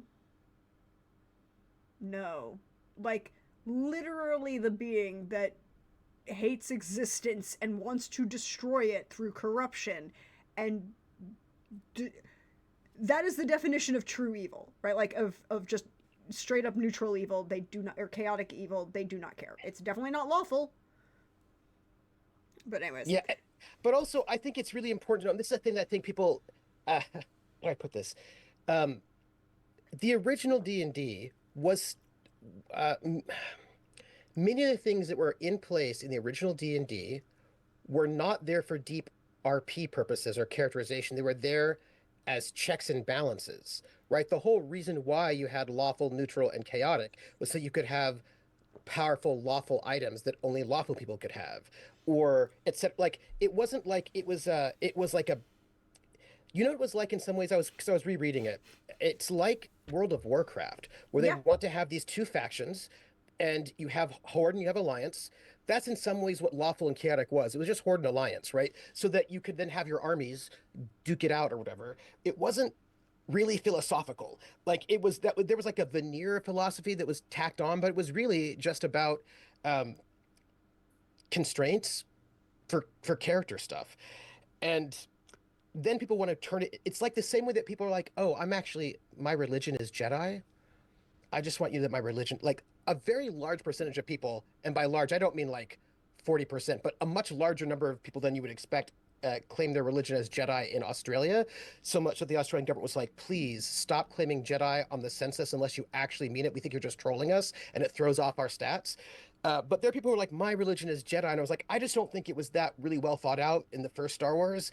So like, you're just kind of like bolting things like it, that look, just kind of wasn't what alignment was, you know? if we're bringing in Star Wars, I have three things to say because you've brought Star Wars to the table, which means I'm now allowed to talk about Star Wars. Uh, Okay. Number one, um, I think current trends of people trying to make the Jedi the bad guys need to stop. Oh, I think they are totally the bad guys. I think they're the worst. I think they're real bad. I think they're really bad. Don't like them. Don't like them. And I never did, including when I first saw the first one. I don't like them. I think they're bad. The thing is, the Jedi Order as an institution is a religious institution, but having Jedi be Sith and being like, well, the Sith are right, and you're like, Well, that's a different thing altogether. You can yeah, say that the Jedi are bad guys without that meaning that you think the Sith are right. Do you know what I mean? yeah, I can say that I think that the Jedi have major political issues and they shouldn't have been involved in a lot of the political things that are going on. And I have a lot of those issues. My point is the people who are like, oh, we need to, we as production and television and storytellers need to, you know, justify everything and say that the Jedi were really like on the same level of the Sith, and the Sith are, you know, the Jedi are out here committing atrocities. And I'm like, okay, I don't think so, but sure. Number two, all y'all who, by the way, Trooper, if you haven't watched it yet, and I will send you a bunch of clips so that you can watch it, all y'all who say that Skeleton Crew is the bane of Star Wars because it's for kids, and that Star Wars was never for kids, needs to step the fuck off and remember that there are two important movies that came out in the 1980s that are canon, that were made by George Lucas. It's called the Ewok films. Oh, I thought you were going to say the Christmas special. No, that was probably the 70s, right? Yeah, because there was a lot of cocaine in that one. No, the Christmas special is technically the 80s, but I was not using it as an example for kids, right? Like, the Christmas special is not technically for kids. The two Ewok movies are literally children's films, which is kind of hilarious because you watch the Ewok movie and you're like, this little girl is going to be becoming like friends with the Ewok, and she's going to, you know, they're bonding all of this, and this is when the same comes out like 2 years right after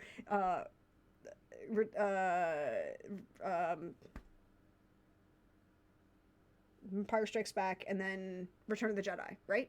Return of the Jedi is the third, 4, 5, and 6. Yeah, Return is the third. Yeah. I was having this blank moment, and where Ewoks in Return of the Jedi are planning to eat the humans, right? Like, planning to eat like Luke Skywalker and Han Solo. And on the other side, no, we've got cuddly little bears who are making friends with little children and saving them and bringing them back to their families, and it's a little adventure story. Like, if you do not remember that Star Wars has always been geared to an entire family demographic and not just to teenagers and adults, I'm sorry. Skeleton Crew is fun. It's a fun time.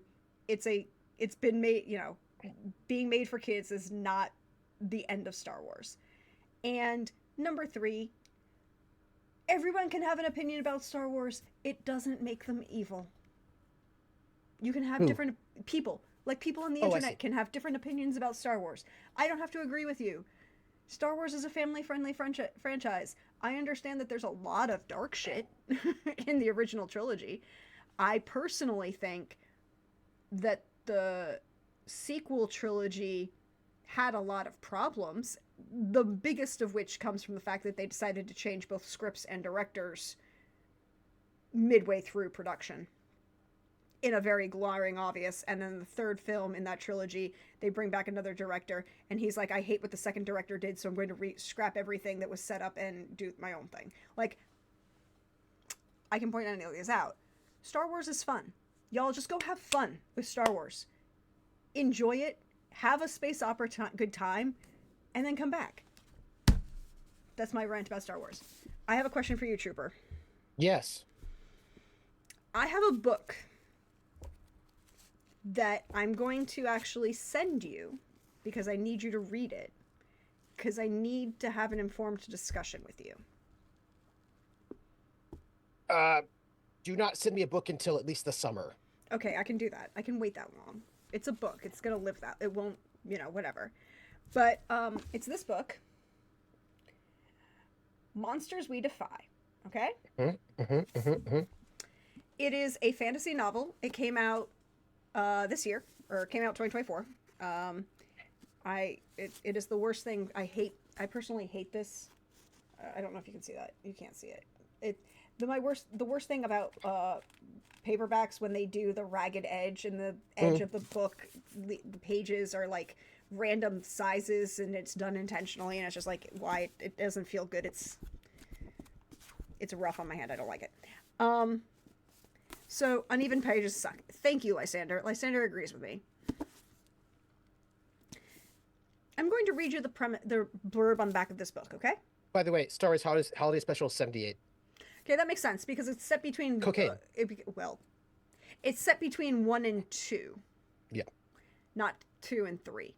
And then there's the animated movie, which is the first time we actually get to have Boba Fett have a conversation with anybody, which is set between 2 and 3.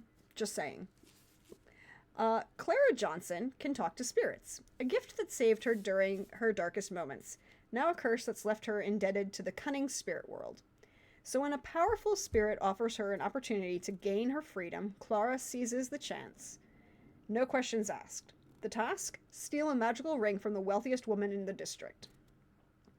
Clara can't accomplish this daring heist alone. To pull off the impossible, she'll need the help of an unlikely team, from a handsome jazz musician able to hypnotize with a melody, to an aging actor who can change his face. But as they race along DC's legendary Black Broadway, conflict in the spirit world begins to leak into the human one. An insidious mystery is unfolding, one that could cost Clara her life and change the fate of an entire city. Sounds like an RPG Call of Cthulhu campaign. Call of Cthulhu light, Mm-hmm. more Voodoo, less Mm-hmm. staring into the abyss. Mm-hmm. Mm-hmm. But here's the thing. The book, in that little blurb, doesn't it just gives you a character, right? She's a woman, her name is Clara Johnson, they're in DC.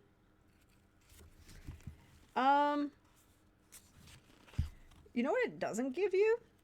Mm. It doesn't give you the author's note, which begins like this. I first learned about Clara Carey Minor Johnson in an article in the Washington Post magazine, The DC Race War of 1919, and the forgotten story of one African American girl accused of murdering a police officer. Cool. By Jefferson Mallory, Washington Post, 1919. I'd set myself the task of writing a fantasy heist novel set in the Harlem Renaissance and was searching for a character and story to research. Originally, the book was going to take place in New York City, but due to the travel restrictions during the 2020 pandemic, I decided to set the tale a bit closer to home in Washington, D.C., and I'm certain the novel is better for it. In Carrie, I discovered a fascinating young woman who inspired a character who has quickly become one of my favorites. Girl kills detective, sniping held for slaying. I'm not going to say it because it's the... Now, admittedly, it is not the worst term that's ever been printed, but it is a 1919 term that's considered... Mm. Was also intentionally sensationalized because of... The headlines of the newspaper article from the time tell their version of the story of 17-year-old Carrie, who was arrested during the Red Summer riots of 1919 for killing a policeman. Now, I personally don't know a whole lot about the 1919 Black race riots in DC. I've read some of them, I don't know a lot. But I don't also know a lot about the particular jazz musician scene in that particular age and time frame. And I want Trooper to read this book because a lot of those form the background of the main character, who is literally Clara is Carrie. 1919 was called the Red Summer because there was just like a bunch of race riots that year. And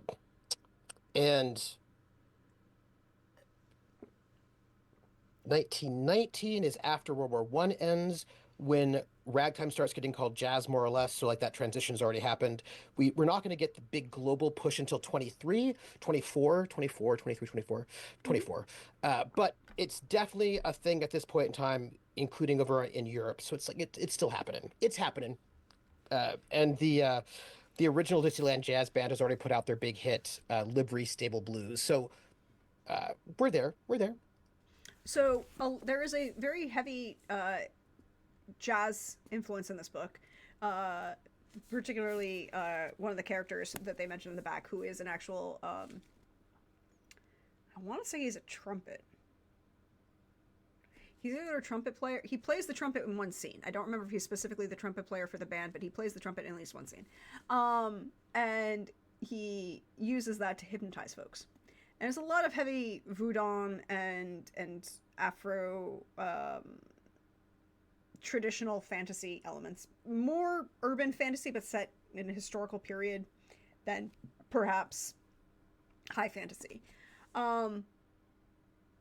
But there's some interesting discussion of music in this book that and how music and that particular history of the particular events intertwine, that I would like someone more knowledgeable, someone who has a degree in this shit and teaches it, to talk about with, because I can do a lot of research, and yes, I did do my research, I did do a bunch of background looking at, but there's a lot of questions I have, like, I cannot make opinions about whether I think this book.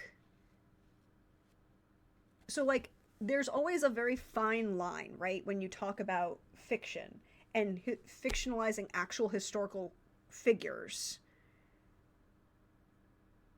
and whether and where that fine line becomes, right? Like, me personally, I have a love-hate relationship with Ridley Scott. I am a classicist by trade, and if you know Ridley Scott, he had a very big movie, and then he's more recently had another movie came out in the last couple of weeks, right? That was very heavily influenced by Rome and a very particular period in Roman history, and you're like, damn, he's got the pageantry, and he's got the visuals right, and he's got some of the attitudes right, and then he has characters open their mouth, and you're like, fuck, this isn't, you're an asshole. This. For those of you who don't know, Gladiator, in the original Gladiator, Commodus was 12. So Commodus was not fucking his sister. Or even his sister's substitute. He was 12. He also ends up dead by the time he's 16, so there's that. Or 18. Yeah, 18. It gets a little fuzzy. But you're like, okay, so there's a love. I personally, as a student of a particular time period in history, can talk about that. I cannot talk about this. And I cannot talk about particularly a black woman who is very obviously an important figure at the time, and how, because there's a lot of people that will take historical facts. Hey, I participate in the Gaming Like It's Blank Year jam every year, and I take history and change it or interpret it to do things based on what I want it to do. And I very much walk a very fine line about, like, is this respectful or not? And I can't make that determination with this book. I think it is, but I don't know enough about the other factors involved to say one way or the other, if that makes sense. Because there's always this fine line, and it came up when we were talking about Carousel Court, right? Like, you have introduced magic into the world, but one of the things I did with Carousel Court was I wanted to keep most of the history going on the same trajectory. But introducing changes with magic meant that I had to have other changes happen sooner, or other changes happen, and that changed affect race and a bunch of other stuff that had happened historically. And I had to think about that and think through that. And I definitely had to think about how, you know, different historical figures, you know, just saying, hand waving and saying, okay, like, I can't just hand wave and say that Nixon is a vampire. Like, right, that's whatever. And I can't take actual victims of certain things and just hand wave them in other ways. And I think this was done well. And I think it was done pretty, the book itself is good, right? Like, if you enjoy, I recommend people go read it. It's well written. I think it deserves some enjoyment and more people looking at it and supporting a female author of color writing about a predominantly black world and viewpoint and a predominantly black American form of fantasy and the history involved. And if the main character was just some random girl who could talk to spirits and was involved in the Jazz Age and was there, that would be one thing. But she makes the effort in the author's note of saying, no, this is who this character was, is based on is this historical figure. And that's where this fine line, you know, kind of comes. Does that make sense? Sure, but she didn't name it that character. Do you know what I mean? Like, she might say this is who this is based on, but she didn't call her that, which I think could be according to different. That's what I'm saying, is according to in the note, the character's name is Clara Johnson. and the Right. woman's name is Clara Carrie Marie Johnson. I see. So she literally took Yeah. Yeah. Carrie's just the nickname that I guess she was given by either the papers or by other people Yeah. involved, but her actual name was Clara Johnson, and that's who she named the character after, and Right. was so it's this like it's always this kind of question of Well, I mean, I think for me, I'm a little bit less precious about the past, right? no, that's fair, Um, and that's totally fair, and I and that's think it's why I'm because asking. the past is dead, right? And and the past has always been fiction. People always tell the parts of the past that is useful for them in that time and place. And I can like it or not like it, but uh,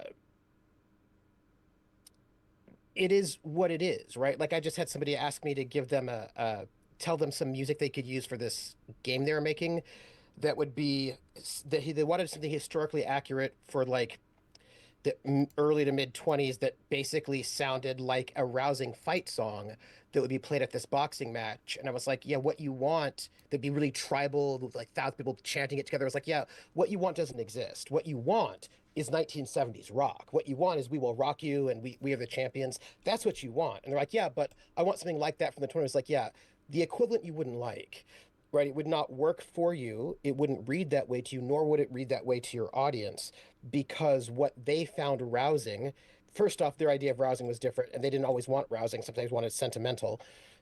So what you want just doesn't exist in 1924. So if what you want is a rousing song by Queen, you should just do that if that's what you want, because you will not find something that will satisfy you.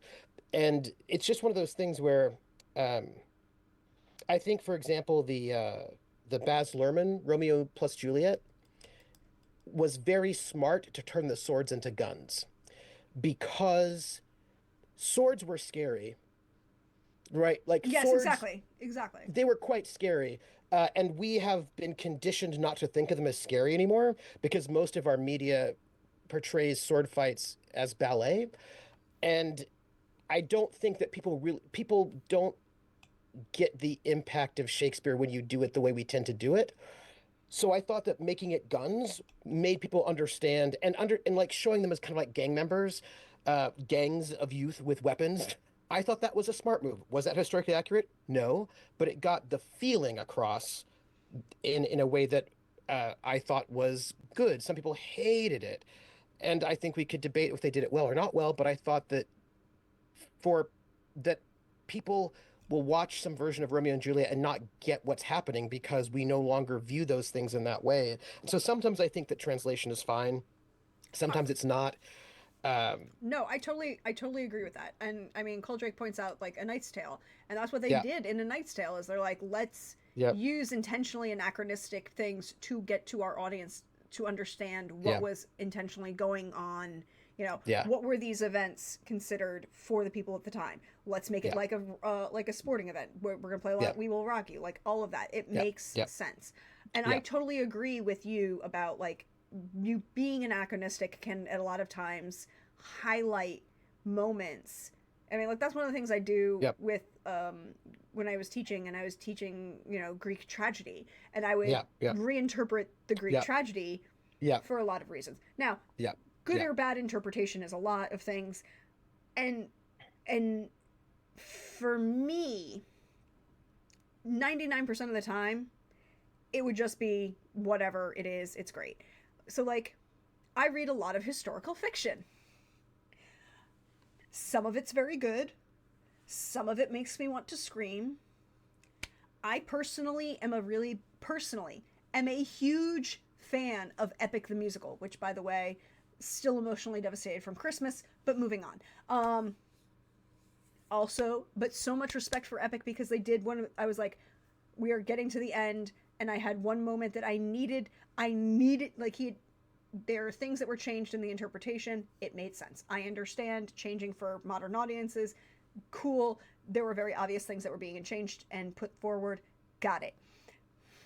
Y'all, there had to have been one. I would have lost my mind and would have actually hated the end result of Epic if they had not done one thing. mm, It is the The 90% of the 20th and 21st century, when we talk about the Odyssey and we get to Penelope, everyone wants Penelope to act like this wilting flower Yeah. and rush to Odysseus's arms and collapse in them and cry all over him. And you're like, no, give Penelope her credit. That woman ran Ithaca for 20 years. She kept these men out of her bed, manipulated the fuck out of them, and the biggest thing that ends in the Odyssey is the scene where she tricks Odysseus to get him to confirm that he is actually Odysseus, right? Like, because he's under the glamour that Athena at the end, that Athena's put on him, and no one's supposed to be able to tell, and she's, rewarding him for killing all of the suitors and all of this thing and just causing a shit ton of murder, all of the murder all of the time, because it wasn't her fault if they died. She didn't break guest rights. It was like, they did, but wasn't her job.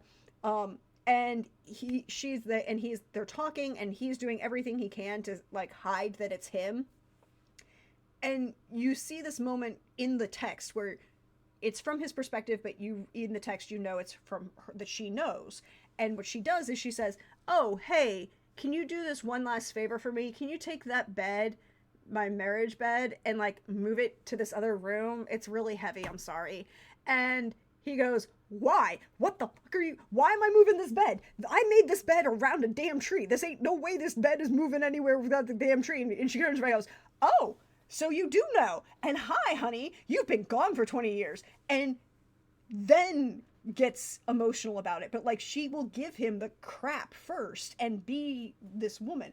And I was so happy that they gave her that moment. That it's like, you are my husband. Now you can apologize to me for missing the last 20 years of my life. And then we can get around to me crying all over you. But like, give her that moment. And so I was very happy when Epic did it. My only concern with history, yes, history is dead.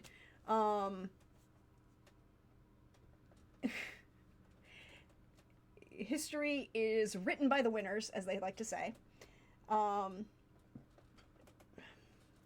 I actually I actually have a disagreement with that.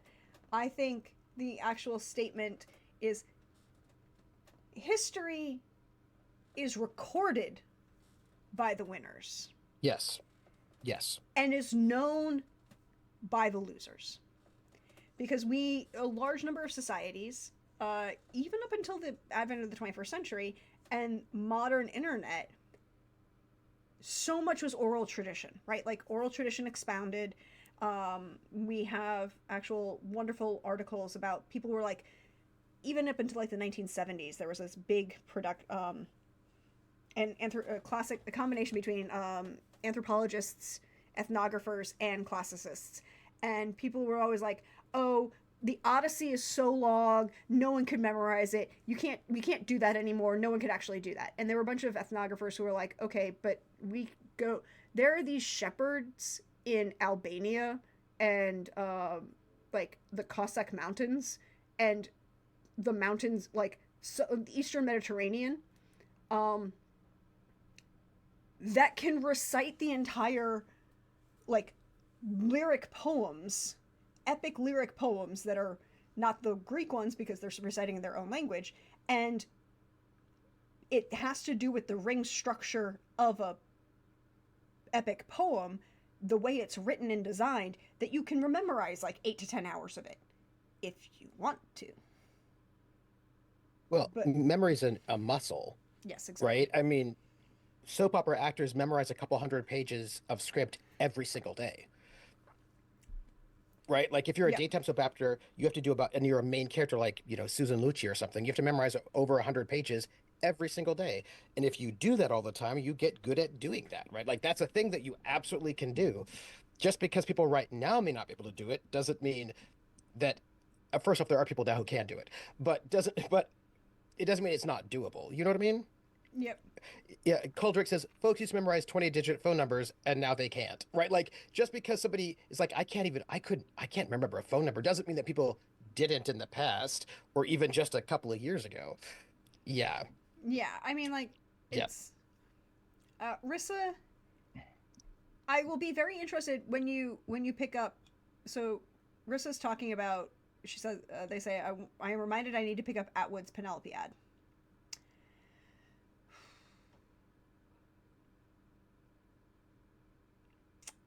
I have a love hate relationship with that book. I appreciate what Margaret Atwood was doing, and I appreciate what the focus of that book is.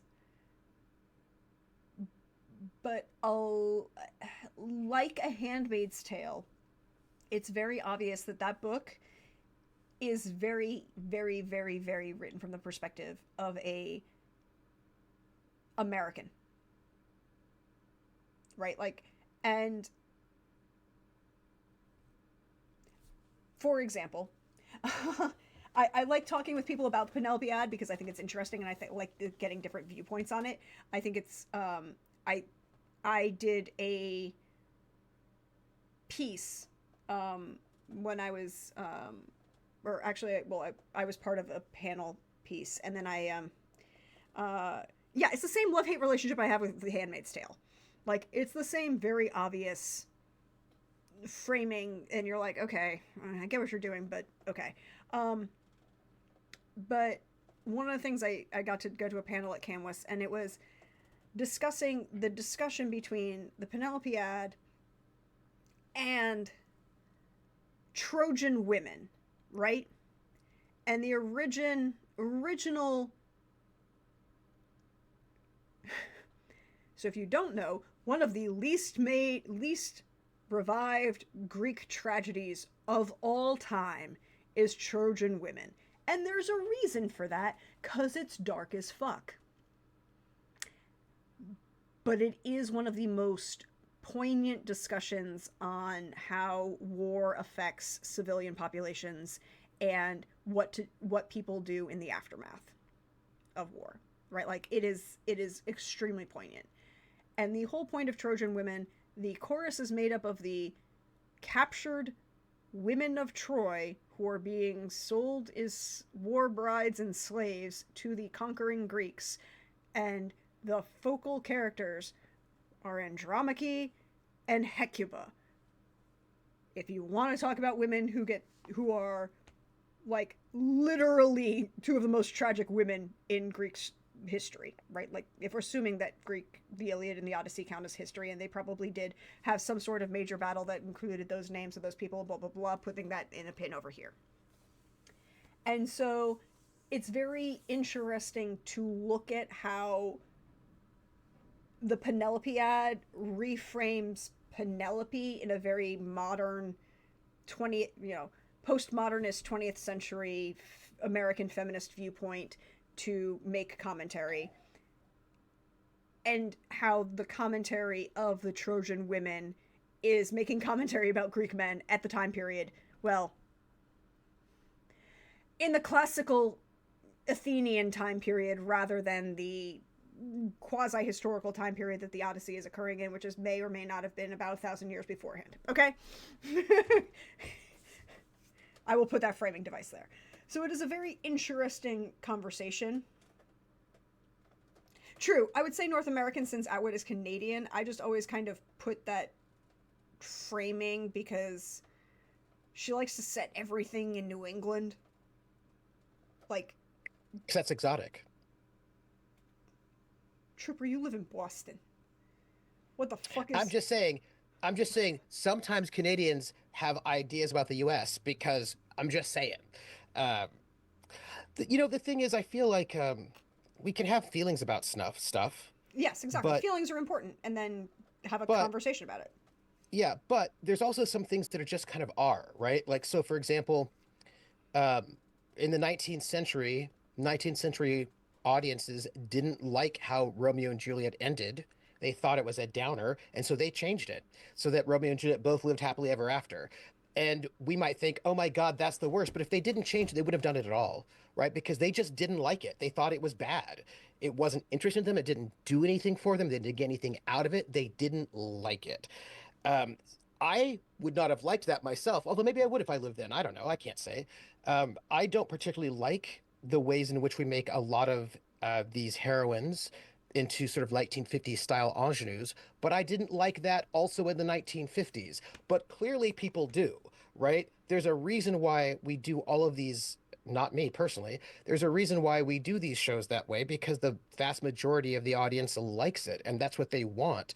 And there's a reason why if whenever I would audition for those roles, they're like, "No, you're too spicy. We want somebody who's a bit more bland." I was like, "Great. I think that's a boring interpretation, but that's what if the audience wants, right? There's a reason why they want these things in these particular ways because it actually does work for them. And you cannot make money catering to me because I have learned a long time ago that I am not a large enough, like my taste is too niche to actually make money by doing things that I think would be enjoyable. So That's that's just kind of one of the things, you know? I like watching what you think of as enjoyable. I know, but that's two of us. They're not going to And make an entire Lindy, movie again, again.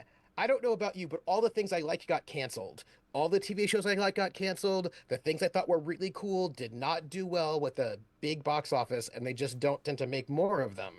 That is, and so I I agree. cannot, I cannot like it, but I also have to recognize that um, the things that I like would not work for a lot of people. Do you know what I mean? Like Oh yeah. it's I just mean, my what it taste. is. So one of the things that come out of book club is the realization that um, I interact in a vague way with people who are into books on on Instagram or YouTube or whatever, right? And inevitably, someone will recommend one of three books to me. Okay? And particularly for those of us who like fantasy works. I read a lot of fantasy and sci-fi. I read a lot of fantasy and sci-fi. I also read a lot of genre fiction in general. I am not a big horror person, but that's just me as a person. I don't like jump scare horror. I like Hitchcockian psychological thrillers. And that's a very particular demographic, and those things do not usually intersect.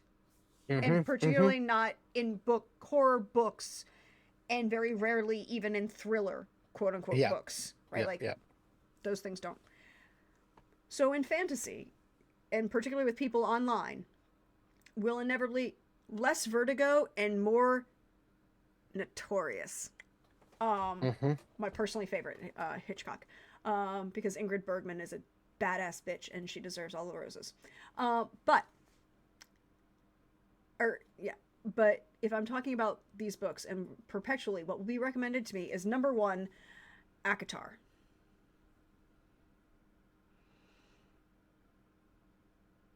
There are many, many reasons I do not like that book or that series. And none of them have to do with the fact that it's erotica. It's not even good erotica. My problems with that book series don't stem from that. I just think it's poorly written and a whole bunch of other things. I also, fucking hell, I want somebody else online to point out to every one of these people who are big ass fans of this series, hi, look at this map. And look at this map and go, Prithia, and where the main good, quote unquote, good guys, Feyre and all of her freaking everybody else in that series, are from, is fucking England. And the big bad villain of the series that uses Welsh and Irish Gaelic terminology for all of their heroes and all of the magic systems, and but is set in England and it very very English coded individuals. You want to know where the villain is from? If I Ireland. Yes, actually, the name of the country is Highburn. It's Hiberia, and he's the king of the High King of Ireland, and you're like, fuck you, just fuck all of you. But that's me personally. The next book will be Brandon Sanderson, probably Mistborn, possibly Stormlight Archive, depending on what they're doing, or maybe from some sort of um, the secret projects that he does. And I'm like, okay, I've tried him, not a fan. if I want to get preached at by a Mormon, I know people, and I think they write better. I don't want to be preached at by a Mormon. um, and I don't want, you're like, but his magic system is so compelling. I'm like, so is Valdemar, and so are a whole bunch of like 19, Tamora Pierce and a whole bunch of other authors that you don't know because, or N.K. Jemisin. All of these who are authors of not white male Mormons. With very white male Mormon perspectives. But do these other people have souls, though? Look, according to Mormons, I'm a Catholic. I am the one step above the devil. But you don't get to go to the outer darkness because the only people who go to outer darkness are people who are ex-Mormons. And as a non-ex-Mormon, you can go to heaven. You just have to make sure you get baptized Mormon after your death and then get married in purgatory, and then you can ascend. I would like to point out that the post-death baptism thing honestly offends me.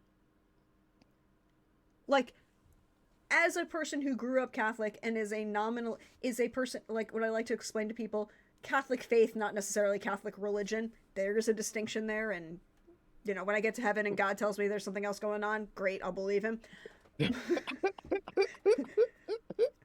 The Catholic Church is based around the premise. I know people like to talk about, the Catholics are great oppressors. The Catholic Church is based around the impression of, hey, you want to join a cult? We got space for you in our cult. You want to join? How would you like to join us? What do you need to join us? Great. And we literally have 5 different types of baptism so you can get into heaven. And one of them includes baptism by desire, right? Baptism by desire is literally, you're a Buddhist. You haven't been exposed to the Word of God well enough, but you're a good Buddhist, you follow Buddhist religions, you're not a bad person, you don't commit any major sins like murder, or other things like that. You will get to heaven because you're a good person. And inherently, it's just an interpretation problem. We'll eventually figure out how to explain it to you. It's great. Like, that is literally the Catholic Church. We're not saying that that we are going to take away your identity after you're dead. We're just saying, oh no, you're a good Buddhist. It's our problem because we didn't sell it to you well enough. So eventually you'll get to heaven and God will tell you that we're right. And we'll go from there. And you're like, okay. Versus the Mormons who are like, no. All of these people in Korea who have been going back generations, and this is why Ancestry.com is a scam, y'all. This is why Ancestry.com is a scam. We're going to find all of your family records and rebaptize them all Mormon after they've been dead. Because, of course, you need to make them Mormon, even if they were Confucian Shintos. Like, how about they were just good Confucian Shintos and they'll get to heaven that way? Like, we allow side door entrances here. We got multiple entrances into the, But a lot of people don't. This is true. A lot of people don't, right? They don't allow side entrances at all. It's, so much, there are evangelicals who think that all Catholics are going to hell. Our good old Jack Chick believes that. Right? I got called a papist to my face. Y'all, I was... nice. When I was living in Atlanta and I was working for the walking company, I was the shift manager. I was the manager on duty. It was me and this other... And this is important. The other assistant manager had just come in and we were getting ready to change. Like, I had opened, he was coming in for clothes. We were getting ready to leave. And he is Islamic from Somalia, okay? He is black-skinned, Islamic from Somalia. And this woman, and it's important to distinguish that she is a bottle blonde, platinum blonde, somewhere indistinguishable between the ages of 50 and 70. Because, that level of permed hair, white lady who just my grandmother had it. She got her hair done every Friday, and you could knock on the headrest because of the amount of hairspray that was got into the fabric of it. I had that car after that was my first car. They gave it to me afterwards. They got a new one. I got that car. You could literally knock on the fabric of the headrest because of that. But this lady comes in. She looks at the two of us, and I say, "Hey, how can I help you? You know, we're here. You know, help. Are you just browsing? Blah blah blah." And literally, she turns to the assistant manager and she goes, "I don't want that papist touching me. She's gonna bring me to hell." I'm like, this woman, this white woman in Atlanta, turned and said, "I'd rather have the black Muslim touch me than the white girl, black man Muslim, than the white girl Papist. Yeah. And you're like, I'm like, well, good for you. Yep. Bless your yep. soul and may God forgive you for anything you've done. Like, what? Yep. Yep. There's a great chick tract where this young couple in love are walking on the street with the woman's father who's old. And then there's some Nazis that are like, "Oh, Yeah. you Jew," because the grandfather the father is Jewish, and he's like, "Oh, you terrible like Nazis, you know, you're Christians." And the boyfriend, who of course is evangelical, is like, "No, no, please understand, they're not Christians, they're Catholics. You have to understand that all Nazis are Catholics. The entire Nazi Holocaust is a Catholic conspiracy, and it's basically all Catholicism because they're the whore of Babylon, et cetera, et cetera."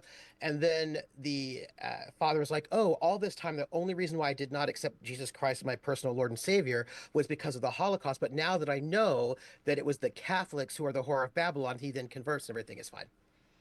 I would like to point out to you Hmm. the historical revisionism in that. Because Germans! Germans! Germans. And I would like to point out the number of Catholic priests who died during the Holocaust for a variety of reasons. Some better than others. But you're like, y'all. Yep. Look, It's like I am. one of my other favorite ones, because the thing is, I went to his website because, of course, I read Darkest Dungeons, where he doesn't like Dungeons and Dragons. So I was like, let me see what else he's got. Woohoo! He dislikes Catholics way more than he dislikes Dungeons and Dragons. So he talks about them a lot. And this one was really good. It was called The Poison Cookie. It's great. There's a couple, they're driving a car, they're arguing, of course, and then they hit some guy, and then the guys rush to the hospital. And the guy's like, "Oh, the guy's Catholic." So then they bring in a priest to do the last rites, does the last rites, and then his spirit goes up to heaven, and he gets up before God, and God's like, "Oh, uh, I just want to let you know you're going to hell."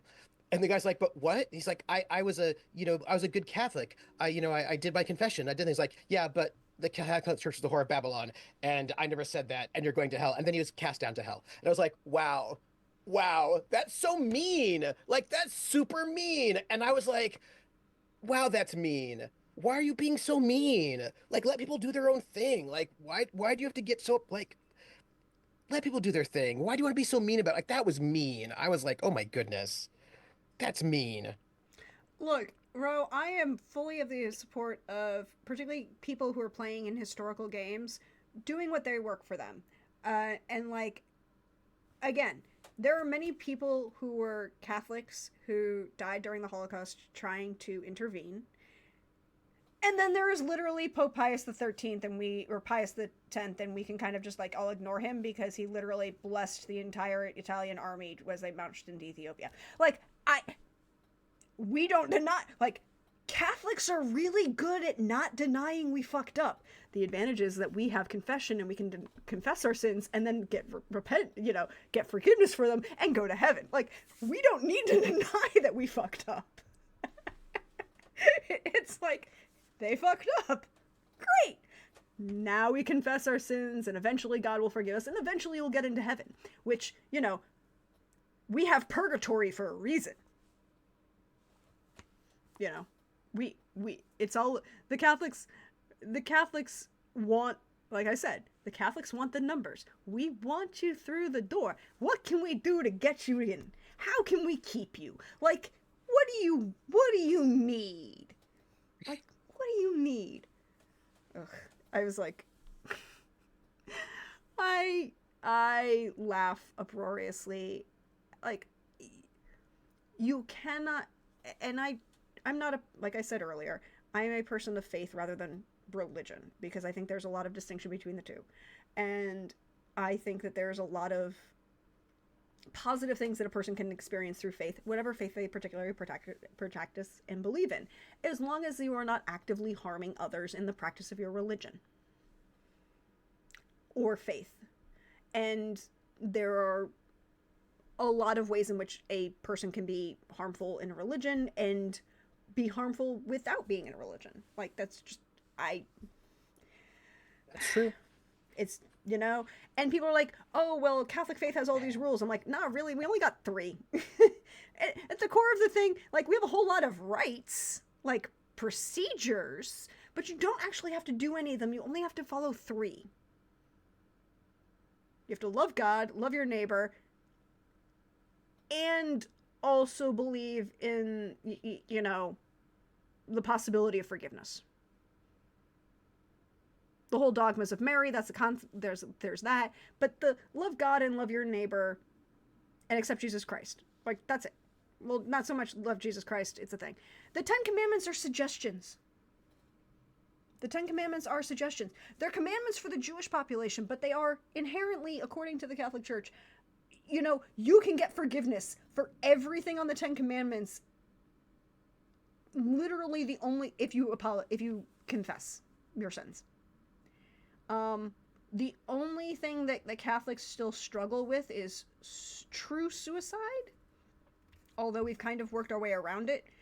So the only thing that's inherently unforgivable is a denial of God. And suicide is, according to the Catholic doctrine, the sin of hubris. It is not killing yourself that is the sin. It is this belief that you have done something so horrible that God will not forgive you, and that is the sin of hubris, because you're telling God that he won't forgive you.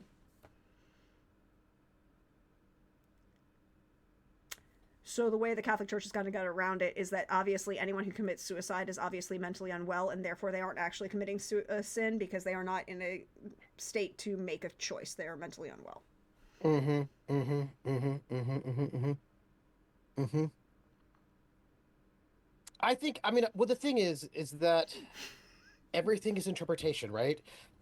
Everybody sort of goes and Yeah, you've exactly. got you've got Opus Dei reading Catholicism in one way, right? You've got Trooper, I taught at a Regnum Christi school.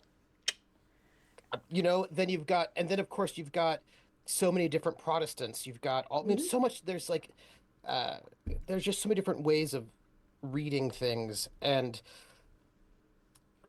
some like there's this there was a pastor who decided he went to Oral Roberts University, was a gospel singer, big mega church, all that stuff, Mm-hmm. right? And he decided that there was no hell, that was not really necessarily textually supported, and that because he was like his father died, right? And he was like, actually, I don't think.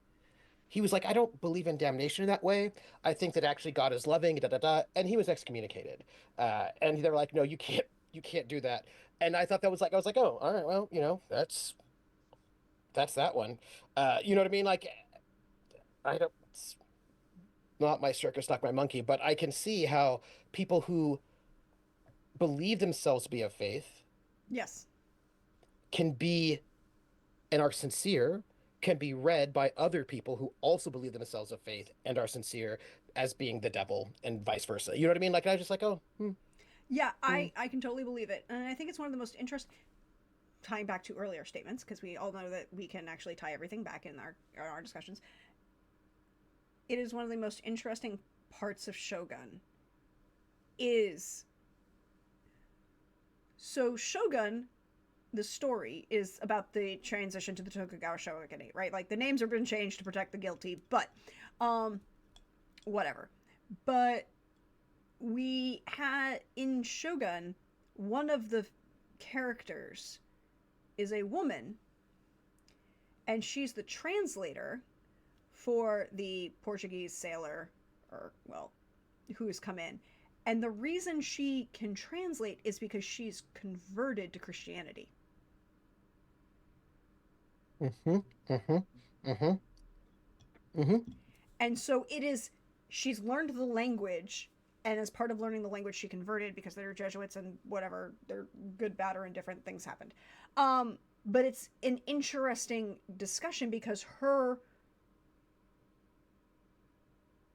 I'm blanking on the character's name. Mari, I believe, is the character's name. Don't quote me on that. I've been wrong before. Um, she is converted to Christianity, but she's still Japanese, and she's still Japanese at the end of the Warring States period with certain Mm. cultural beliefs and tenures, one of which involves a lot of death and possibly killing yourself if, your husband dies and, or, your castle is being attacked. Right? Like, there's a lot of tension in that culture versus faith for her. Yeah. Yeah. And it's portrayed very, very well. Both the actress, who Mm. did a brilliant job, and the discussions in the text that are absolutely wonderful. Um, I am very happy that we're getting a second season. I'm very happy that Sanada-san is coming back as a showrunner and the lead, because now we're going to focus on him. What is his actual character's name? Because it's not Tokugawa, but that's all I Fred? can. Huh? Fred? God, no. Okay, Uh, so. So.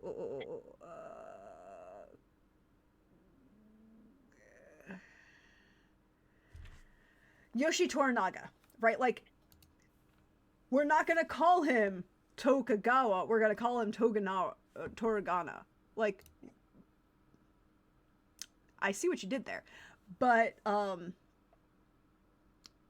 Mariku. Toda Mariko is the character's name. And she is a brilliant look in the zeitgeist of how, the that tension comes across. yeah. Yeah. And one of my favorite characters. That's cool. It is midnight though. It is midnight. It is even It after is midnight. midnight. It is even after Yeah. midnight. Sorry. But you should tell people what you're doing, where they can find you. Drop the links, drop the chat. So today, Monday at 8, you can find me here for the colloquium. Wait, we just did that. Okay, so tomorrow we just did that at 8:30 p.m. Eastern over at Wandering DM's channel. I will be there for Warhammer 40K, where I play a tax collector.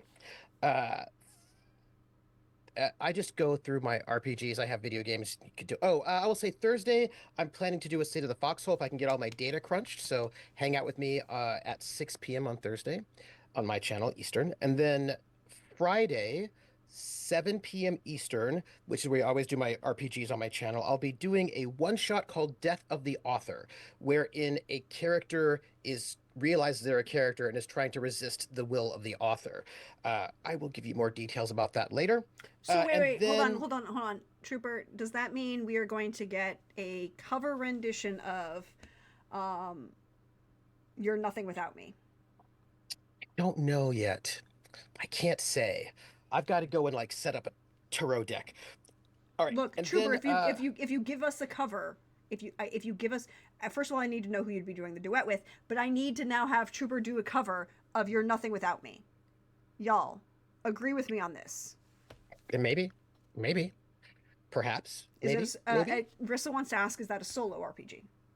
Um, it is unclear at the moment. You can do it either solo or duo, and I'm working on hearing back from stuff. So it's either going to be one or the other. I cannot say at the moment. We will find out. And then Saturday, I will be playing a brand new PS4 game at noon on my channel, and that will be Hitman. One of the very first games I played on console, well, the new modern console, Xbox, way back when, has a new game, and I'm going to be playing it on Saturday. So that's where you can find me on my channel, Trooper SJP. Yes, indeed. Follow Trooper. Should do all the things. As for me, thank you all for hanging out with us. We've had a lot of fun. We get to do these so randomly and so occasionally, but we always have fun. We get to do this. Thank you, Trooper, for being here. Thank you for Of hanging course. out. If you've missed any of the conversation and you are missing out on some of the things you want to hang out with, there's a YouTube. Go follow it. We all of the VODs end up there.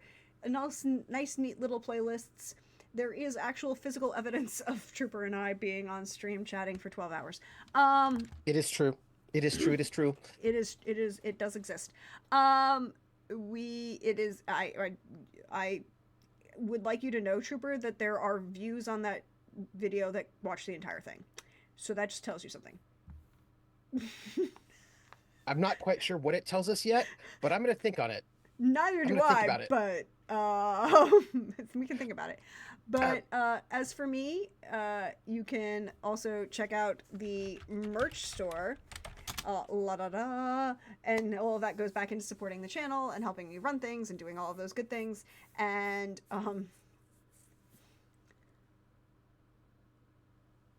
Rosenstrange. Rosenstrasse. It's an RPG um, for 2 or 4 players plus facilitator, where you play either one or two couples. Where one, I think the men are uh, well between Jewish and Aryan Germans between 1933 and 1943, who are married uh, in Berlin. Rosenstrasse is a role-playing game set in Berlin between 1933 and 1943. Over the course of an in-game decade, players explore marriages between Jewish and Aryan Germans, even as the racial policies slowly strip away liberty, security, and dignity for these families. When the Jewish men in these partnerships are finally seized for deportation, the women in their lives have one last chance to keep them alive. They must stand up and defy the Third Reich in a terrifying act of civil disobedience.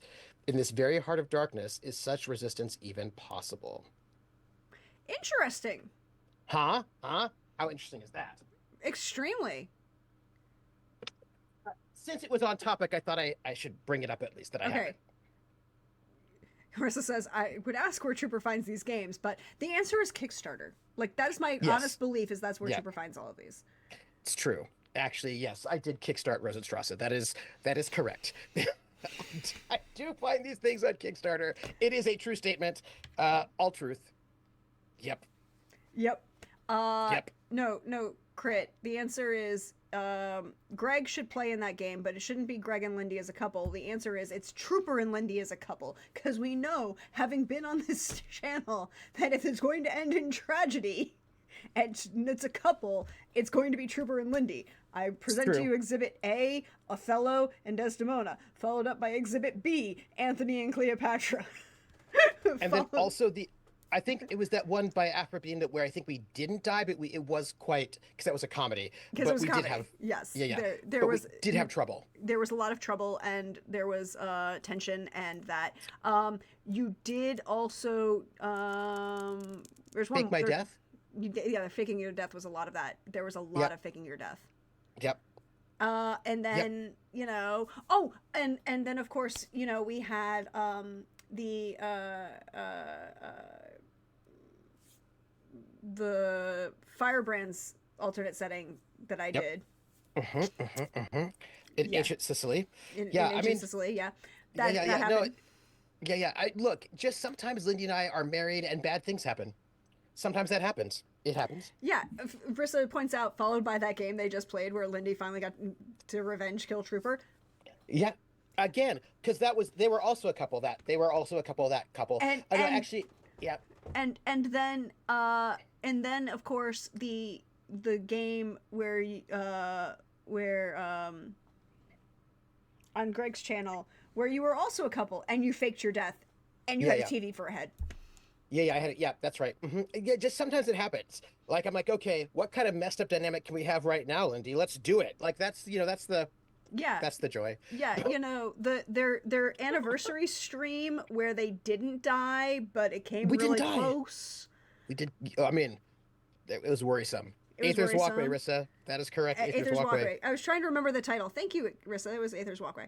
Um, and then on the charity stream for Veterans Day, where they were a couple and they didn't die, although We made everybody else wish they were dead.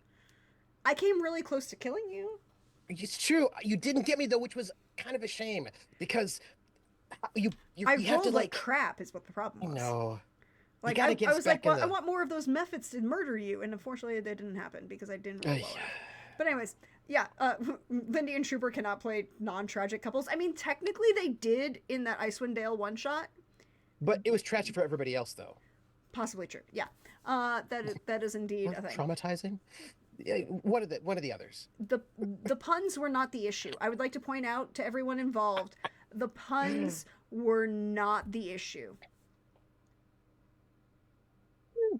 I They were guess. they were a side factor, but they Yes. were not Yes. the issue. Uh, oh, and one last thing, Trooper, another book recommendation, which I'm also probably going to send you because I believe in it. Uh, Gods of Jade and Shadow. Sylvia Morena Garcia. Mhm. Sylvia Morena Garcia writes Mexican-inspired historical magical realism. Okay. I'm just pulling up a tab as we speak. Yeah. So the book that she released this year is called The Seven Veils of Salome. And the number of people who could not look up how to pronounce Salome and call it Salome was just frustrated me no end on online. It's Salome. She's kind of an important figure in biblical things. Anyways, so The Seven Veils of Salome is a multiple POV where it's about a 1950s big budget Hollywood production and of the Seven Veils of Salome, and one POV is the author of the screenwriter. Another another two are based on the older worked her way up through the studio system, thinks this is going to be her big break movie, and the young ingenue that's brought in by the director to play in the lead, fighting over it. And then the other is flashing back to the historical figure of Salome. Very interesting, very in-depth. This is about a young woman and a Mayan death god embark on a life-changing journey in this one-of-a-kind fairy tale inspired by Mexican folklore. And this is why this is for Trooper. The Jazz Age Good. Check. is a time of daring dances and fast music, but not for Cassiopeia Tun. She is stuck in her dusty small town performing menial chores until the day when she opens a curious wooden box and accidentally frees an imprisoned deity. Check two. In the company of the strangely alluring god and armed only with her wits, Cassiopeia begins an adventure replete with malicious ghosts, shape-changing sorcerers, and powerful magic. Her cross-country odyssey will take her from the jungles of the Yucatan to the bright lights of Mexico City and the deep darkness of the Mayan underworld. We are going to go to Jazz Age Mexico City. Yeah, that's for me. That's for me. With with magical realism and fairy tale and, hot Mayan death gods. That sounds good. I like it. I'm into it. And I'm like, I was like, I do have her Mexican Gothic book, but I haven't had time to read it. Mexican Gothic is really good. But it's very interesting that Mexican Gothic, you can see how Mexican Gothic God of Jade and Shadows, and the Seven Veils of Salome all have a similar writing style. But the genres are not really the same, right? Like Mexican Gothic is a Gothic novel. Yeah. And let me rephrase this, a Gothic, 20th century Gothic novel. A Daphne du Maurier, shall we say, kind of Gothic novel, right? Like Rebecca, Yeah. all of that kind of stuff. Gods of Jade and Shadow is a fairy tale folklore. Like it ticks all the fairy tale boxes, and then we're like, Yeah. oh yeah, and we're just gonna have Jazz Age Mexico City, Yeah. and we're gonna embrace that all over the place. And Seven Veils of Salome is um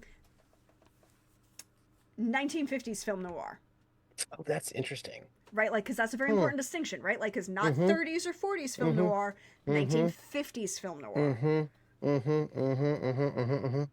Mm-hmm. Oh, interesting. Okay, Pope says we have to go to bed. I have to eat meal three and then go to bed. You should eat meal three. I will let I'll you eat meal eat three. meal three. Anyways, I'm gonna finish what I was saying because we're now distracted. But you can find me back here probably Saturday for more book club because I have a whole bunch more books to talk about. I need more people to read certain books so I can find out their opinions of Cyberpunk Cthulhu, not romance novel. I'll explain afterwards if you it's a thing. And that's probably on Saturday. On Sunday, I'm working on figuring out planning for more Greyhawk and might do more. I've been playing War. I got Warhammer 40k Rogue Trader for Christmas because Pope was very Oh, kind. So I got Rogue Trader. So I played through all of the prologue of Rogue Trader last night. nice, nice, nice, So, nice. um, Koldrick says it's hard to keep up with how fast Prox eats books. I mean, Ah, not wrong, but not wrong. not bad. Not Not bad. bad. All right. Is there anybody up we can raid? Not that I know. No. Mm,